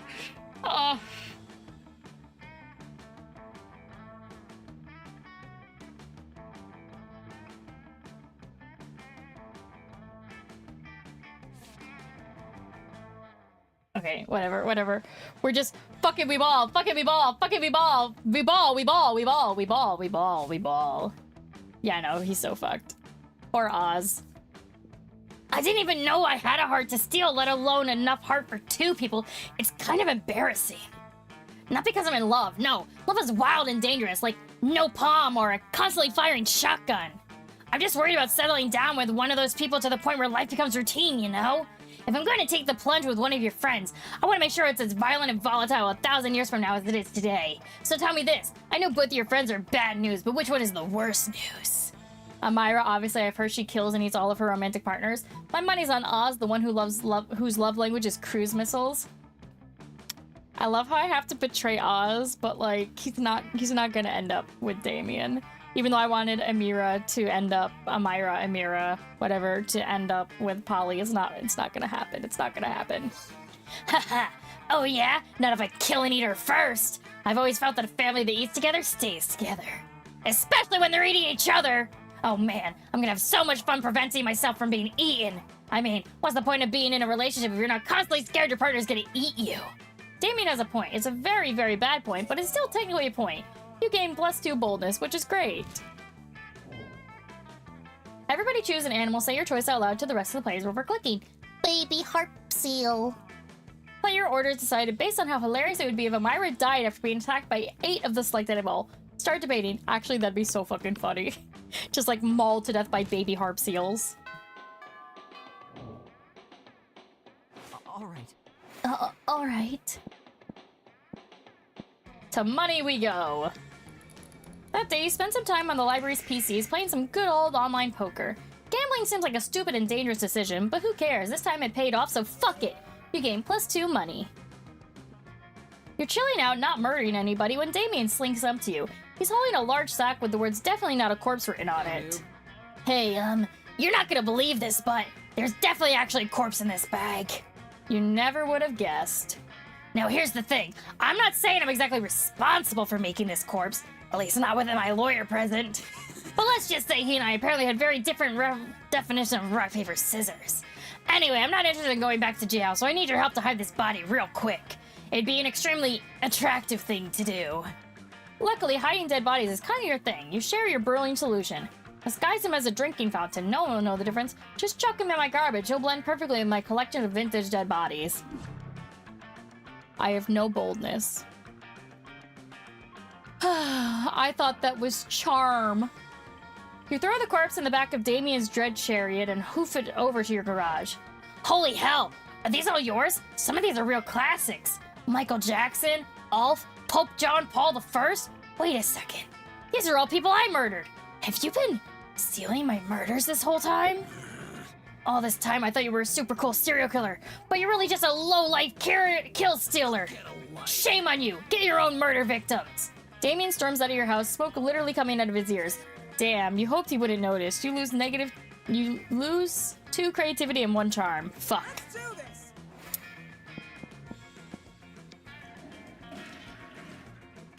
On the way there, you run into Mamimi, the Oni girl. She offers you some of her weird Japanese energy drink. You take a sip. It tastes crazy as hell. You need to check the contents of that shit. Cranium seed extract, bonsac acid, 50 milligrams of caffeine, and 100 milligrams of boldness? Well, it wasn't at all bad. You gain +2 boldness. Thank Mamimi, and proceed to the bathrooms. You're wondering if anyone's going to try to punch the sun anytime soon when suddenly... Sup, Amira? You sun punch helping motherfucker! You ready to help me punch the sun? Heck yeah! It's what you were born to do, or something. So I did some research, and it turns out the sun is pretty fucking far from Earth. Who would have ever guessed this shocking revelation? In fact, it seems the sun is closer to space than Earth, so to get there, we're gonna need a spaceship. I only have 6 smarts, I'll do my best. The only question is, where do we get one of those things? Go to the most authoritative of all resources, WikiHow. Just check out the school spaceship. I mean, which kind of high school would be if we didn't at least have our own regulated high school spaceship? A very bad spaceshipless one, at least. Oh my god, I don't know. Yes, thank God for boldness. Oh shit, spaceships are real things? I thought a spaceship was when you root for 2 pop culture icons of fucking near space or in near Earth orbit. Why the fuck does our school have a spaceship? Really, Damien? Trying to apply logic to Spooky High? You should know better by now. And are students really allowed to check it out? Usually they don't let me do anything fun. There are such double standards. If I burn down the library, it's disrespectful. But if I masturbate in it, that's disrespectful too? You just can't win. That may be true, but it turns out the process of checking out a spaceship is shockingly, disturbingly easy. You just ask for a permission slip, forge the signatures of Damien's dads, resubmit it, and are instantly given access. Holy fuck, that was easy! Almost unsettling so. Think what would happen if we got into the wrong hands. Thank God we're just using it to punch the motherfucking sun in the face, yeah! I love Damien, why'd I do this to myself? It's definitely faster when I play it solo, but then I have to do all the voicing.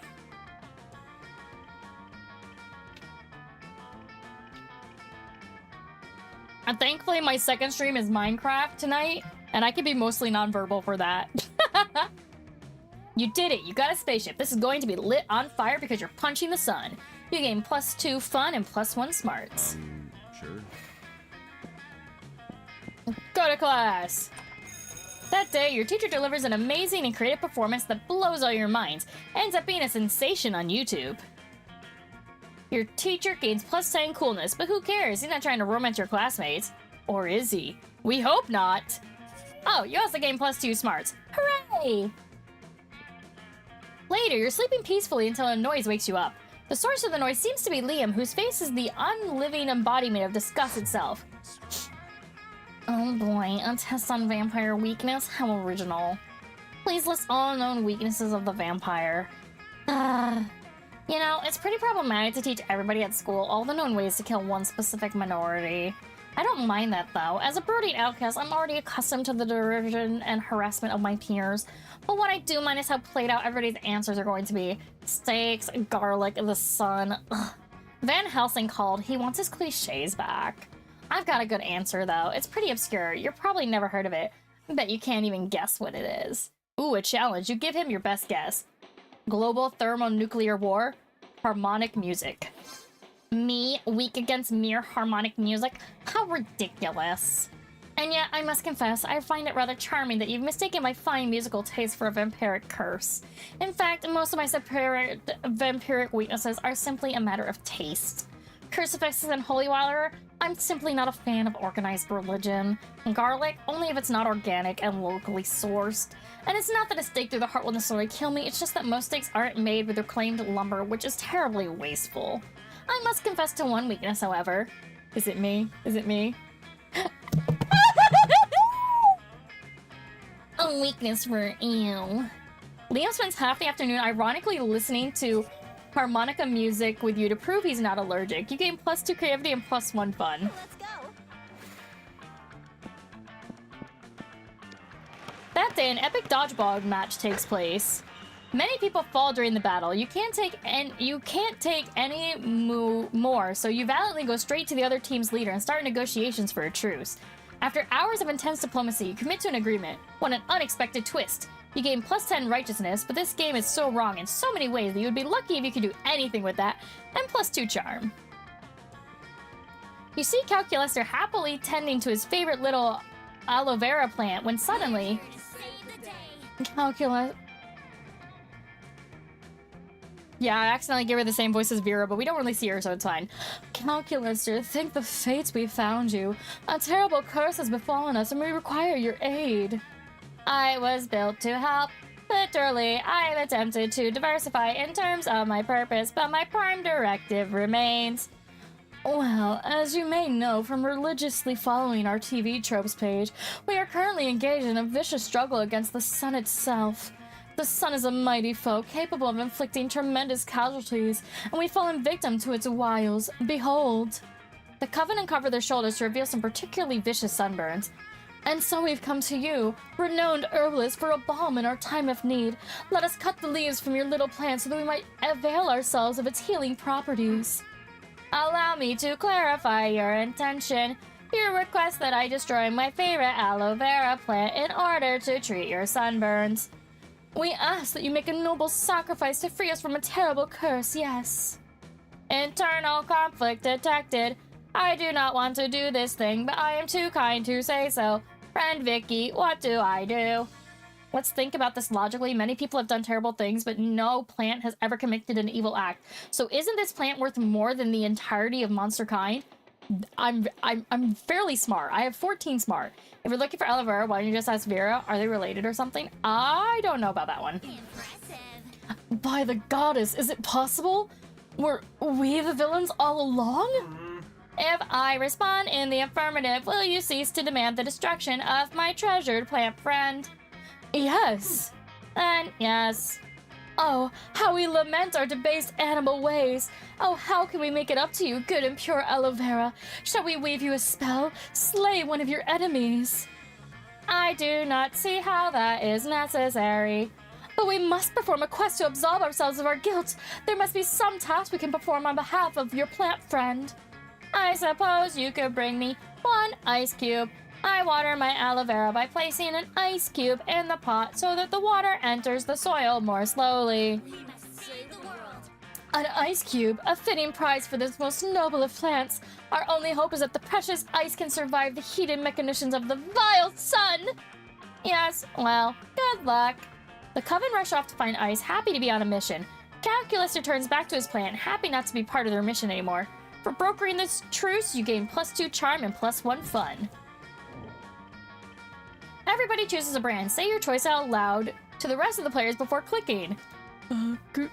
Gucci? I don't know brands. Player order is decided based on how intriguing it would be if the selected brand decided to produce their own TV show. Start debating now. Didn't Gucci have a movie? I don't know if it was good, but I think they had a movie. All right. Oh no. Oh no. My guy that's getting nowhere fast. It's so sad for him. Oh. There's no way we can get Damien. We have no boldness. We have none. Who would enjoy charm and money? Miranda, I guess.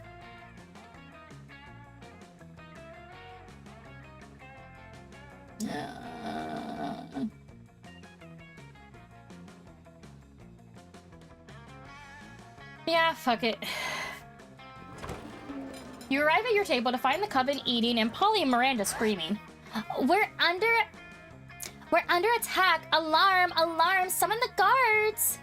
They're using the bizarro mind powers on me. The cute tall one is my less attractive evil twin. She uses shades just like me.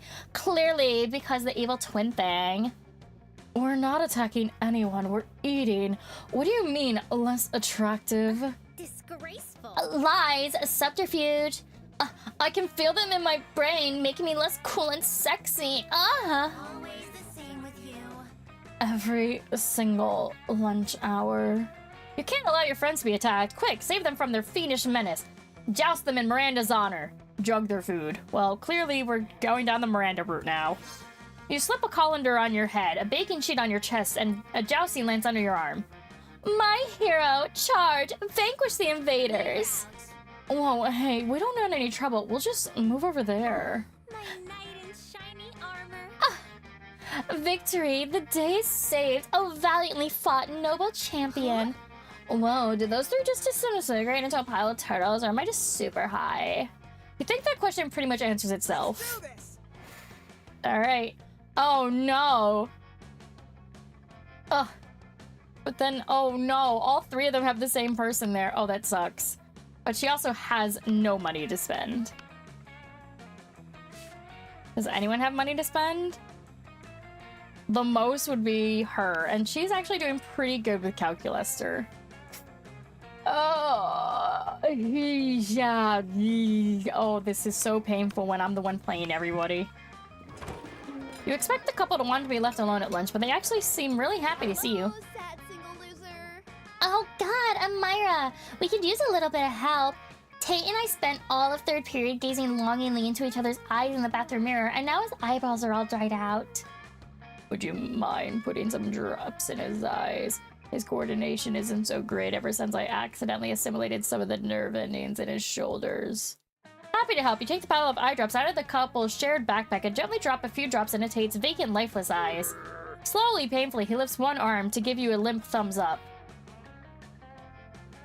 I'm giving, like, even though I think the mushroom is talking, I'm still going to speak like I'm Tate just because it's his sprite. Oh, I love him happy. Thank you so much. I can't let a good deed go unrewarded, so how about a free disease? I can produce all kinds of funky wacky spores. They're toxic, but in the funny way. Fuck it, why not? I'd rather lick some of your weird mushrooms if that's okay. Fuck it, why not? Very extraordinary. Great! For some reason, most students at this school don't want anything to do with my free diseases. It's like they've never heard the phrase, don't look a gift disease in the mouth. Alright, breathe deep. You do for some reason. Congratulations, you are now infected with toxoplasmosis, a parasitic infection normally carried by cat feces. It inhibits fear, enhances risk-taking behavior, and generally makes you sexier. Nice. You gain even more boldness. Sure. Sure. The cafeteria is an uncharacteristic turmoil. Nah, it's always like this. Today, the chaos comes in the form of a cafeteria-wide food fight, but the denizens of the table at which you sit are less than impressed with the crazy goings-on. Can't someone take artistry photos of their food in lieu of eating it in peace without Larry the Lich taking it right out from under your nose to throw it at Brad Bringington? Error. This is not the purpose of food according to previous data. Or is this a malfunction within my inner search engine? No, you're right. The true purpose of food is taking carefully arranged photos on an exquisite ploy to make your peers jealous. This is also not the purpose of food according to previous data. Besides, senseless violence disgusts me. I'm a pacifist. Running search for pacifist. Definition found. Yes, the sensations produced by my neurocircuitry fit the definition of pacifism. I, too, am a pacifist. Asimov decrees it. I'm glad we agree. Now, the only question is how to end this food fight. Oh, you've got this one in spades. Liam, it's time to chain yourself to a table in a dramatic, albeit possibly useless form of protest. Calculator, run an internal search for historical patterns. The only way to stop a war is to introduce an enemy both sides can unite against. Is that why Damien is part of this? I'm so sad. I was just thinking of something along those very lines. I was thinking I might strip naked and or go on a hunger strike, but yours sounds much more effective. Mainly because I already don't eat, and stripping would just divert attention from the issue of the food war to my glorious naked form. Damn, I'm so sad. I wanted him to be naked. Running analysis on likelihood of chaining yourself to cap table, preventing a food fight. I don't need your calculations, calculator. I only need spirit and belief. You help Liam chain himself to the cafeteria table. Sup, nerds? Possum meat pie to the face! Boom! Chained to the table, Liam, of course, has no way of defending himself. Soon, all sorts of monsters are dumping all sorts of food all over his bound form. Oh, the sweet feeling of martyrdom dripping down my face. There was nothing better. Thank you, Fogre, for this magical and incredibly powerful and effective experience. Yep, the food war rages all around Liam's incredibly effective protest. But whatever makes him happy. Let's go. Yes, we're gonna get some monies. More money. Hey, last night I read this article on how money causes pocket cancer in the long run. You don't want to get pocket cancer? Quick, give me that dangerous money you have in your still healthy pockets. Let's see what this one does for her. Because inside every person there's a potential serf. Mind control. I don't know what that's gonna do for me. Everybody chooses a place. Say your choice out loud to the rest of the players before clicking. Japan. One way of identifying a neighbor that's being gentrified is if Starbucks starts to open there. Player order is decided based on how good of a sign a de-gentrification it would be if the neighborhood starts now to have places open there. I'm too dumb to understand what that was asking me. But we're on the final week. All right.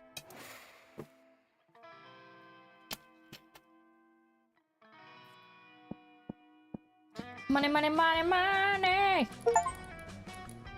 Bookworm!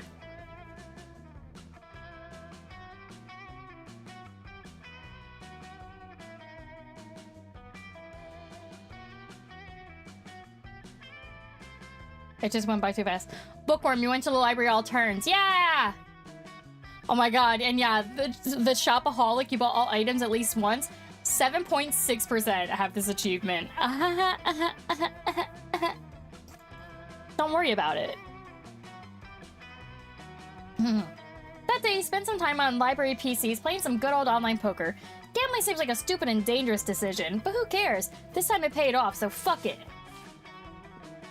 You gain +2 money.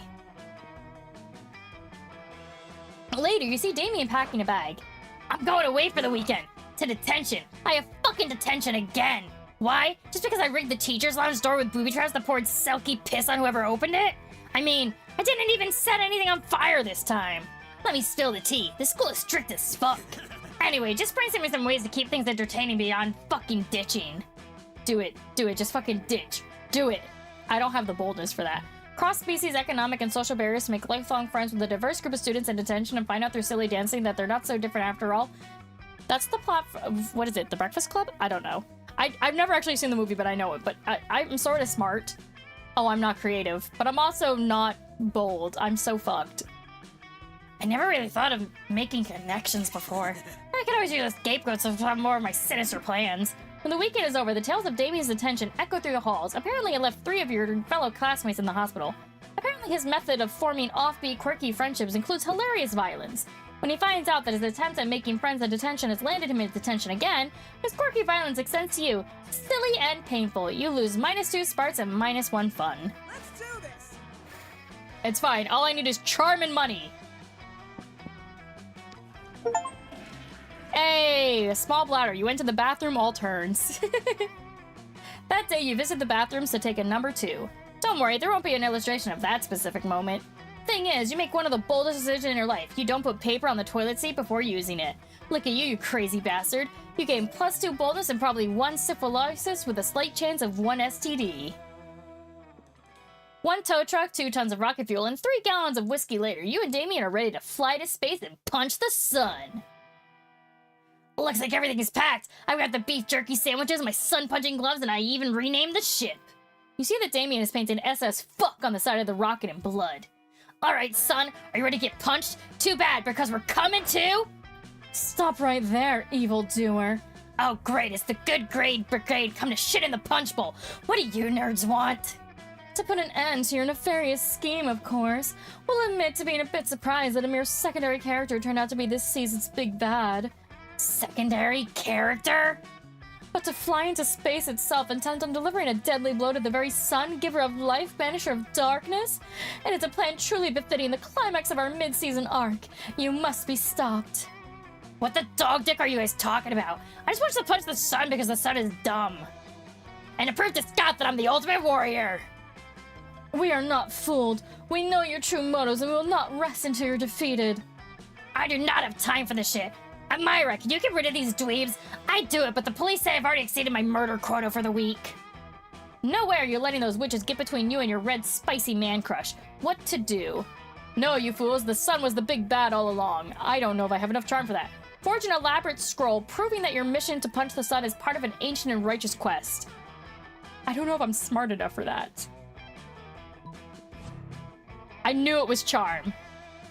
Oh, I see what you're trying to do. Damien gives you a knowing wink. Oh no. Oh yeah, guys, the sun is the fucking worst. Have you seen the way it helps plants grow? I mean, fuck plants, right? And it's always really my position before I can sneak up on someone and stab them to death. If that's not evil, I don't know what is. Yeah, I think it's pretty apparent that you don't know what evil is. You don't know what evil is! I'm a demon! I'm literally from hell! I'm evil as shit! You're doing an extremely bad job of convincing us that you're not the big bad. I am the big bad! I'm the baddest bad! I pump puppies and my dick is huge! Right, okay. You're not getting anywhere near that spaceship. Oh, come on, what'd I say? You're sure Damien will find a way to blame you for this eventually. And so you get out of there where you can. You list -2 charm and -1 smarts. No! I don't know if there was a... normally if, there's a continuing plot line, That means that you would have gotten a secret ending. I could have gotten the secret ending, but I wasn't smart or creative. Sure. Ugh, I'm so sad. Hehehe. Nerd, you went to class all turns. That day you were astonished by the new stuff you learned in class. You thought high school was all about doing stupid shit with your friends and trying to find true love. Who would have thought class could actually be useful? What a nice surprise. You gained 1 valuable lesson and good luck trying to use that in this game, plus 2 smarts. You look over your shoulder to realize Liam has been staring at you for probably the last 45 minutes. He's so silent. Hey, I was just wondering if you would like to, perhaps, sit next to me in a large darkened room while silently passing judgment on a popular film. And afterwards we could adjourn, possibly to an eating establishment where I can watch and take artistic photos as you consume calories. Well, of course you would! You'd actually love to! Oh boy, are you two going on a date? What? No, what are you even doing here? Eavesdropping! What do you mean it isn't a date? Aren't you asking Fulgur out to dinner and a movie? I'm not asking out anyone, and it's not a date. Dating is a cheesy, cliched artifact of heteronormative monogrammatic culture. Well, if it's not a date, what is it? Damn, coach, if you can't convince Liam this isn't a date, he may not go out with you at all. You think fast and tell them it's not a date, it's a date. Wink. It's performance art. Liam forgot to tell you we'll be wearing duck costumes the whole time. Duck costumes? Duck costumes? Well, that changes everything. It does? Sure it does. I thought you two were planning a romantic evening when really you're just trying to show your school's spirit. But the school's mascot isn't a duck. Well, of course not, but you know what they say. It's not the mascot that matters, it's the dressing up in a hot foam rubber costume. Your aphorisms truly are the best. Thank you! But I suppose dressing up as the 2 giant ducks would subvert expectations to a delightful degree. It's settled. Later that night, you and Liam are kicked out of a movie theater being giant ducks. Liam writes a scathing blog about it. It's the best not date you've ever had. You gain plus 2 fun and plus 1 smarts. Let's go. Dodgeball God, you went to gym all turns. That day, an epic dodgeball match takes place. The match is so intense and both teams are so into it that they decide to raise the stakes by betting part of your charm against part of the other team leader's charm. That commitment amazes your whole team and their spirit is fueled by determination.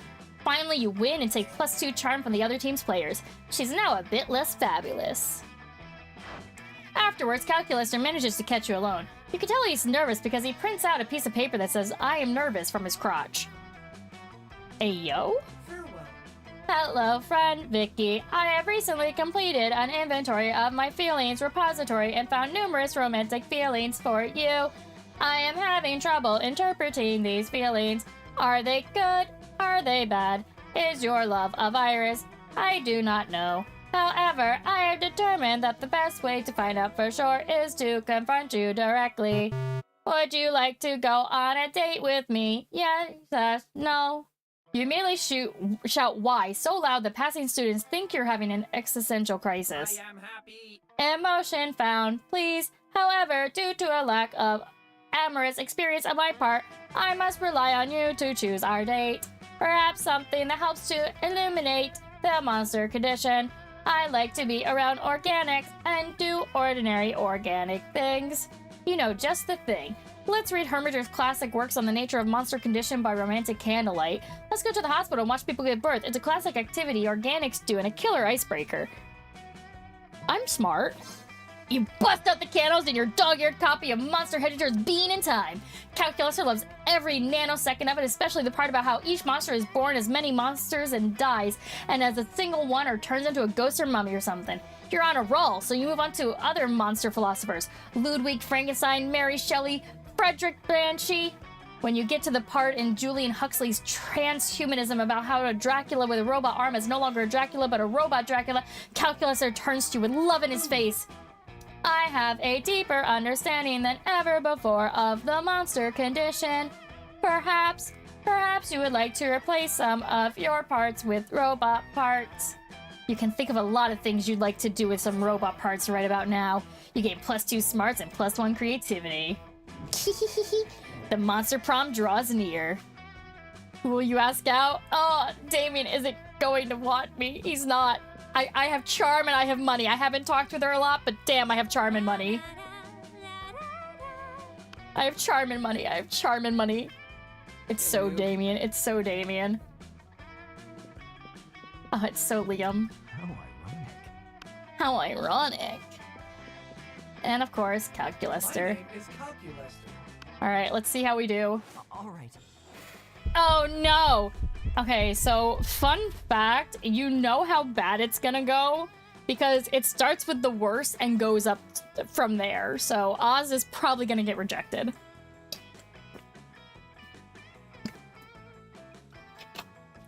You finally pluck up your courage and ask your beloved to go to the monster prom with you. What? I'm sorry to tell you this, my friend, but I think your princess is in another castle. Disgusting. Clearly this was too much for you.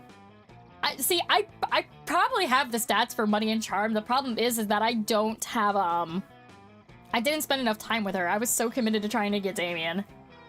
You abandoned high school and spent the rest of your life designing a robot for sex purposes. Unfortunately, as soon as your robot lover got true AI, it rejected you. Let's do this. Damn! You finally pluck up your courage and ask your beloved to go to the monster prom with you. Prom with you? How can I put this delicately? What? What? What? What? What? Damien? I'm bold. I hung out with you so much. What the fuck? Fuck no. What a loser!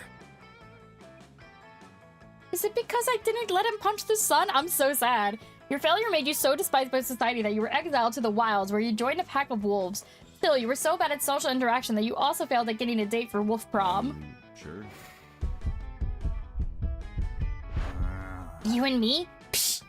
I'd rather go to prom with a bag full of garbage as my date. How ironic. Wait, that'd be so disruptive. Thanks for the insight. Enjoy embracing eternal solitude, my friend. What the fuck?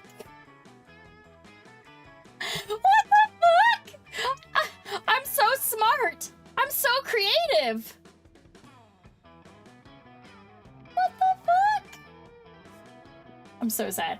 Now, excuse me, I have a bag full of garbage to court. This failure haunted you the rest of your life and you never moved on, becoming a total and constant failure, never seen anything again. Damn! Ugh. Except for that time you won at Monsters Got Talent, but your talent was being a failure at love. It astonished everyone how bad you were at romance. Not any less sad, though. Let's go. Bro! Ah, I was gonna be the Rizzler. I was gonna be the Riz Master in this. Oh, it hurts. Let me run all potential outcomes to this scenario. Calculator plus Vicky plus date at prom. Processing. Okay, so there is 0.2% chance we end up murdered by a wild walrus, and 0.7% we end up in a prison for illegal ice cream consumption. But around 85% of the potential outcomes are actually positive, so it seems going with you to prom might be the safest, smartest choice. Oh, statistics sure are sexy, aren't they? Oh my god, the dick. Are your internal processors getting overheated I too? think I'm getting a love update. Hey, polyamorous. You've gone to prom with 6 main love interests. What a Casanova. Yeah, because I never went to prom with Calculus, or I got his secret ending. So, I mean, I did farm for achievements like I said I was going to. You and Calculus danced the robot dance and even the robo boogie. You were smooth and classy. Calculus wanted to explore life, and hell yeah, you explored life. Later, when the night was ending and the sun started to rise, you two went to your place. There, you followed the wise advice you learned from Evangelion. As Gendo Akira once said, Shinji, get in the fucking robot. Oh my god! That was unexpected. Best at actually learning something in school, sexiest horde. New secret endings, none. New events 21. New outcomes 25. God, there's still so many endings, events, and outcomes to do, though. But that'll be for another time. Whew. It actually is tiring doing this. I understand why I normally do this as a collab.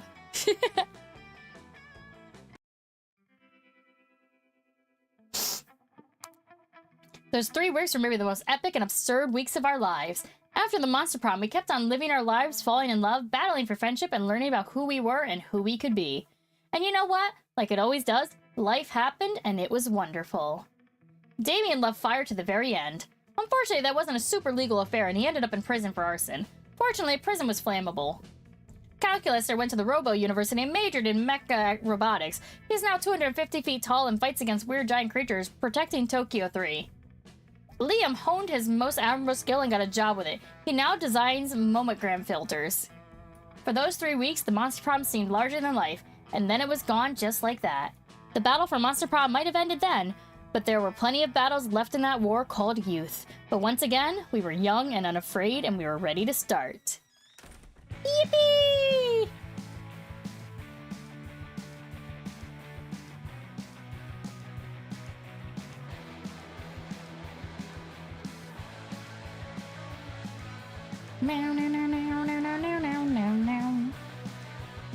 God, I'm so sad that Slenderman isn't one of the people that you can bone.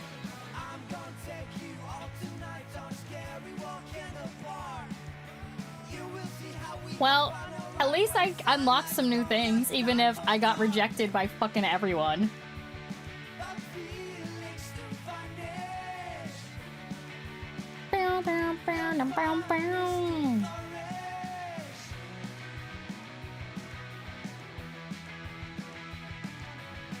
And yeah, I know how I said before that I would try to do like multiple runs and my stamina could keep up. Hey, player characters band! Let's go, so cute. But yeah, I forgot how tiring it can be just non-stop voicing. Which is also funny because I literally do play so many visual novels. Plus, it said that a long game was 2 hours, and yeah, this is quite literally a 2-hour stream at this point. I don't know if I could do another 2. But I think this run was good. We unlocked 5 achievements. We got 6 of the options, and we also got like the going non-stop to one thing. And there's still so much to do. Because you know me, I'm a completionist.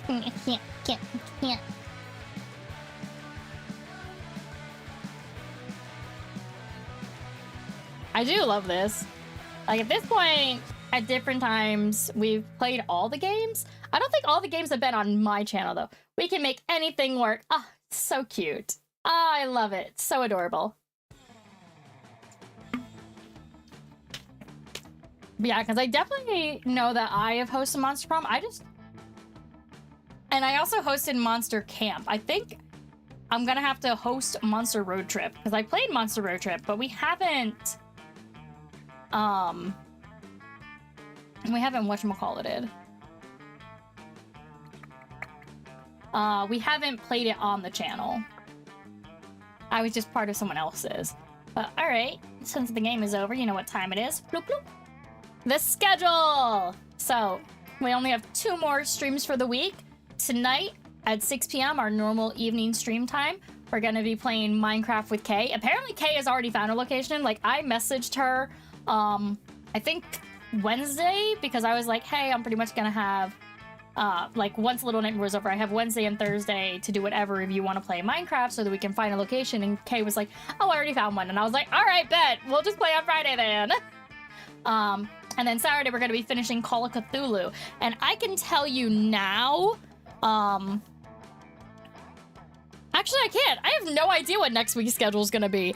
I was going to give you guys a vague sneak peek, but honestly, like, maybe I'll do a Monster Camp solo run. I don't know. Maybe we'll do that next week. Oh, wait, no. Yes, no, I can still stream Friday morning. I just wouldn't be able to stream Friday night because I'm going to be heading out. I don't know. We're finishing off a lot of games. We finished Cooking Companions. We finished Little Nightmares in one sitting. We did Monster Prom. We won't be able to do Minecraft next week because I have to leave Friday night. And we're going to be finishing off Call of Cthulhu. So, like, oh no, I do know one game that we're going to be playing that will finish hopefully 2 weeks. But that will just be the Wednesday stream. So we do that on the 23rd and the 30th. Oh, all that is to say that Spooky Month is almost over, and yeah, the games that I've been preparing for are almost done too. So yeah, we might do a solo run of Monster Camp.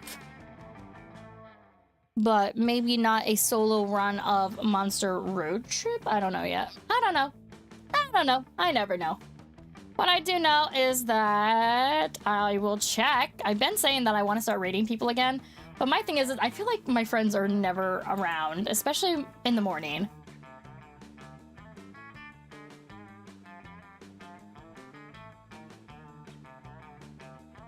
Yeah, no. None of my friends are live right now. So unfortunately, I cannot raid into anybody. So instead, I will just wish you guys a good day, good night, whatever time zone you happen to be in. And I will catch you next time. Hee hee hee. Bye-bye. Oyasumi.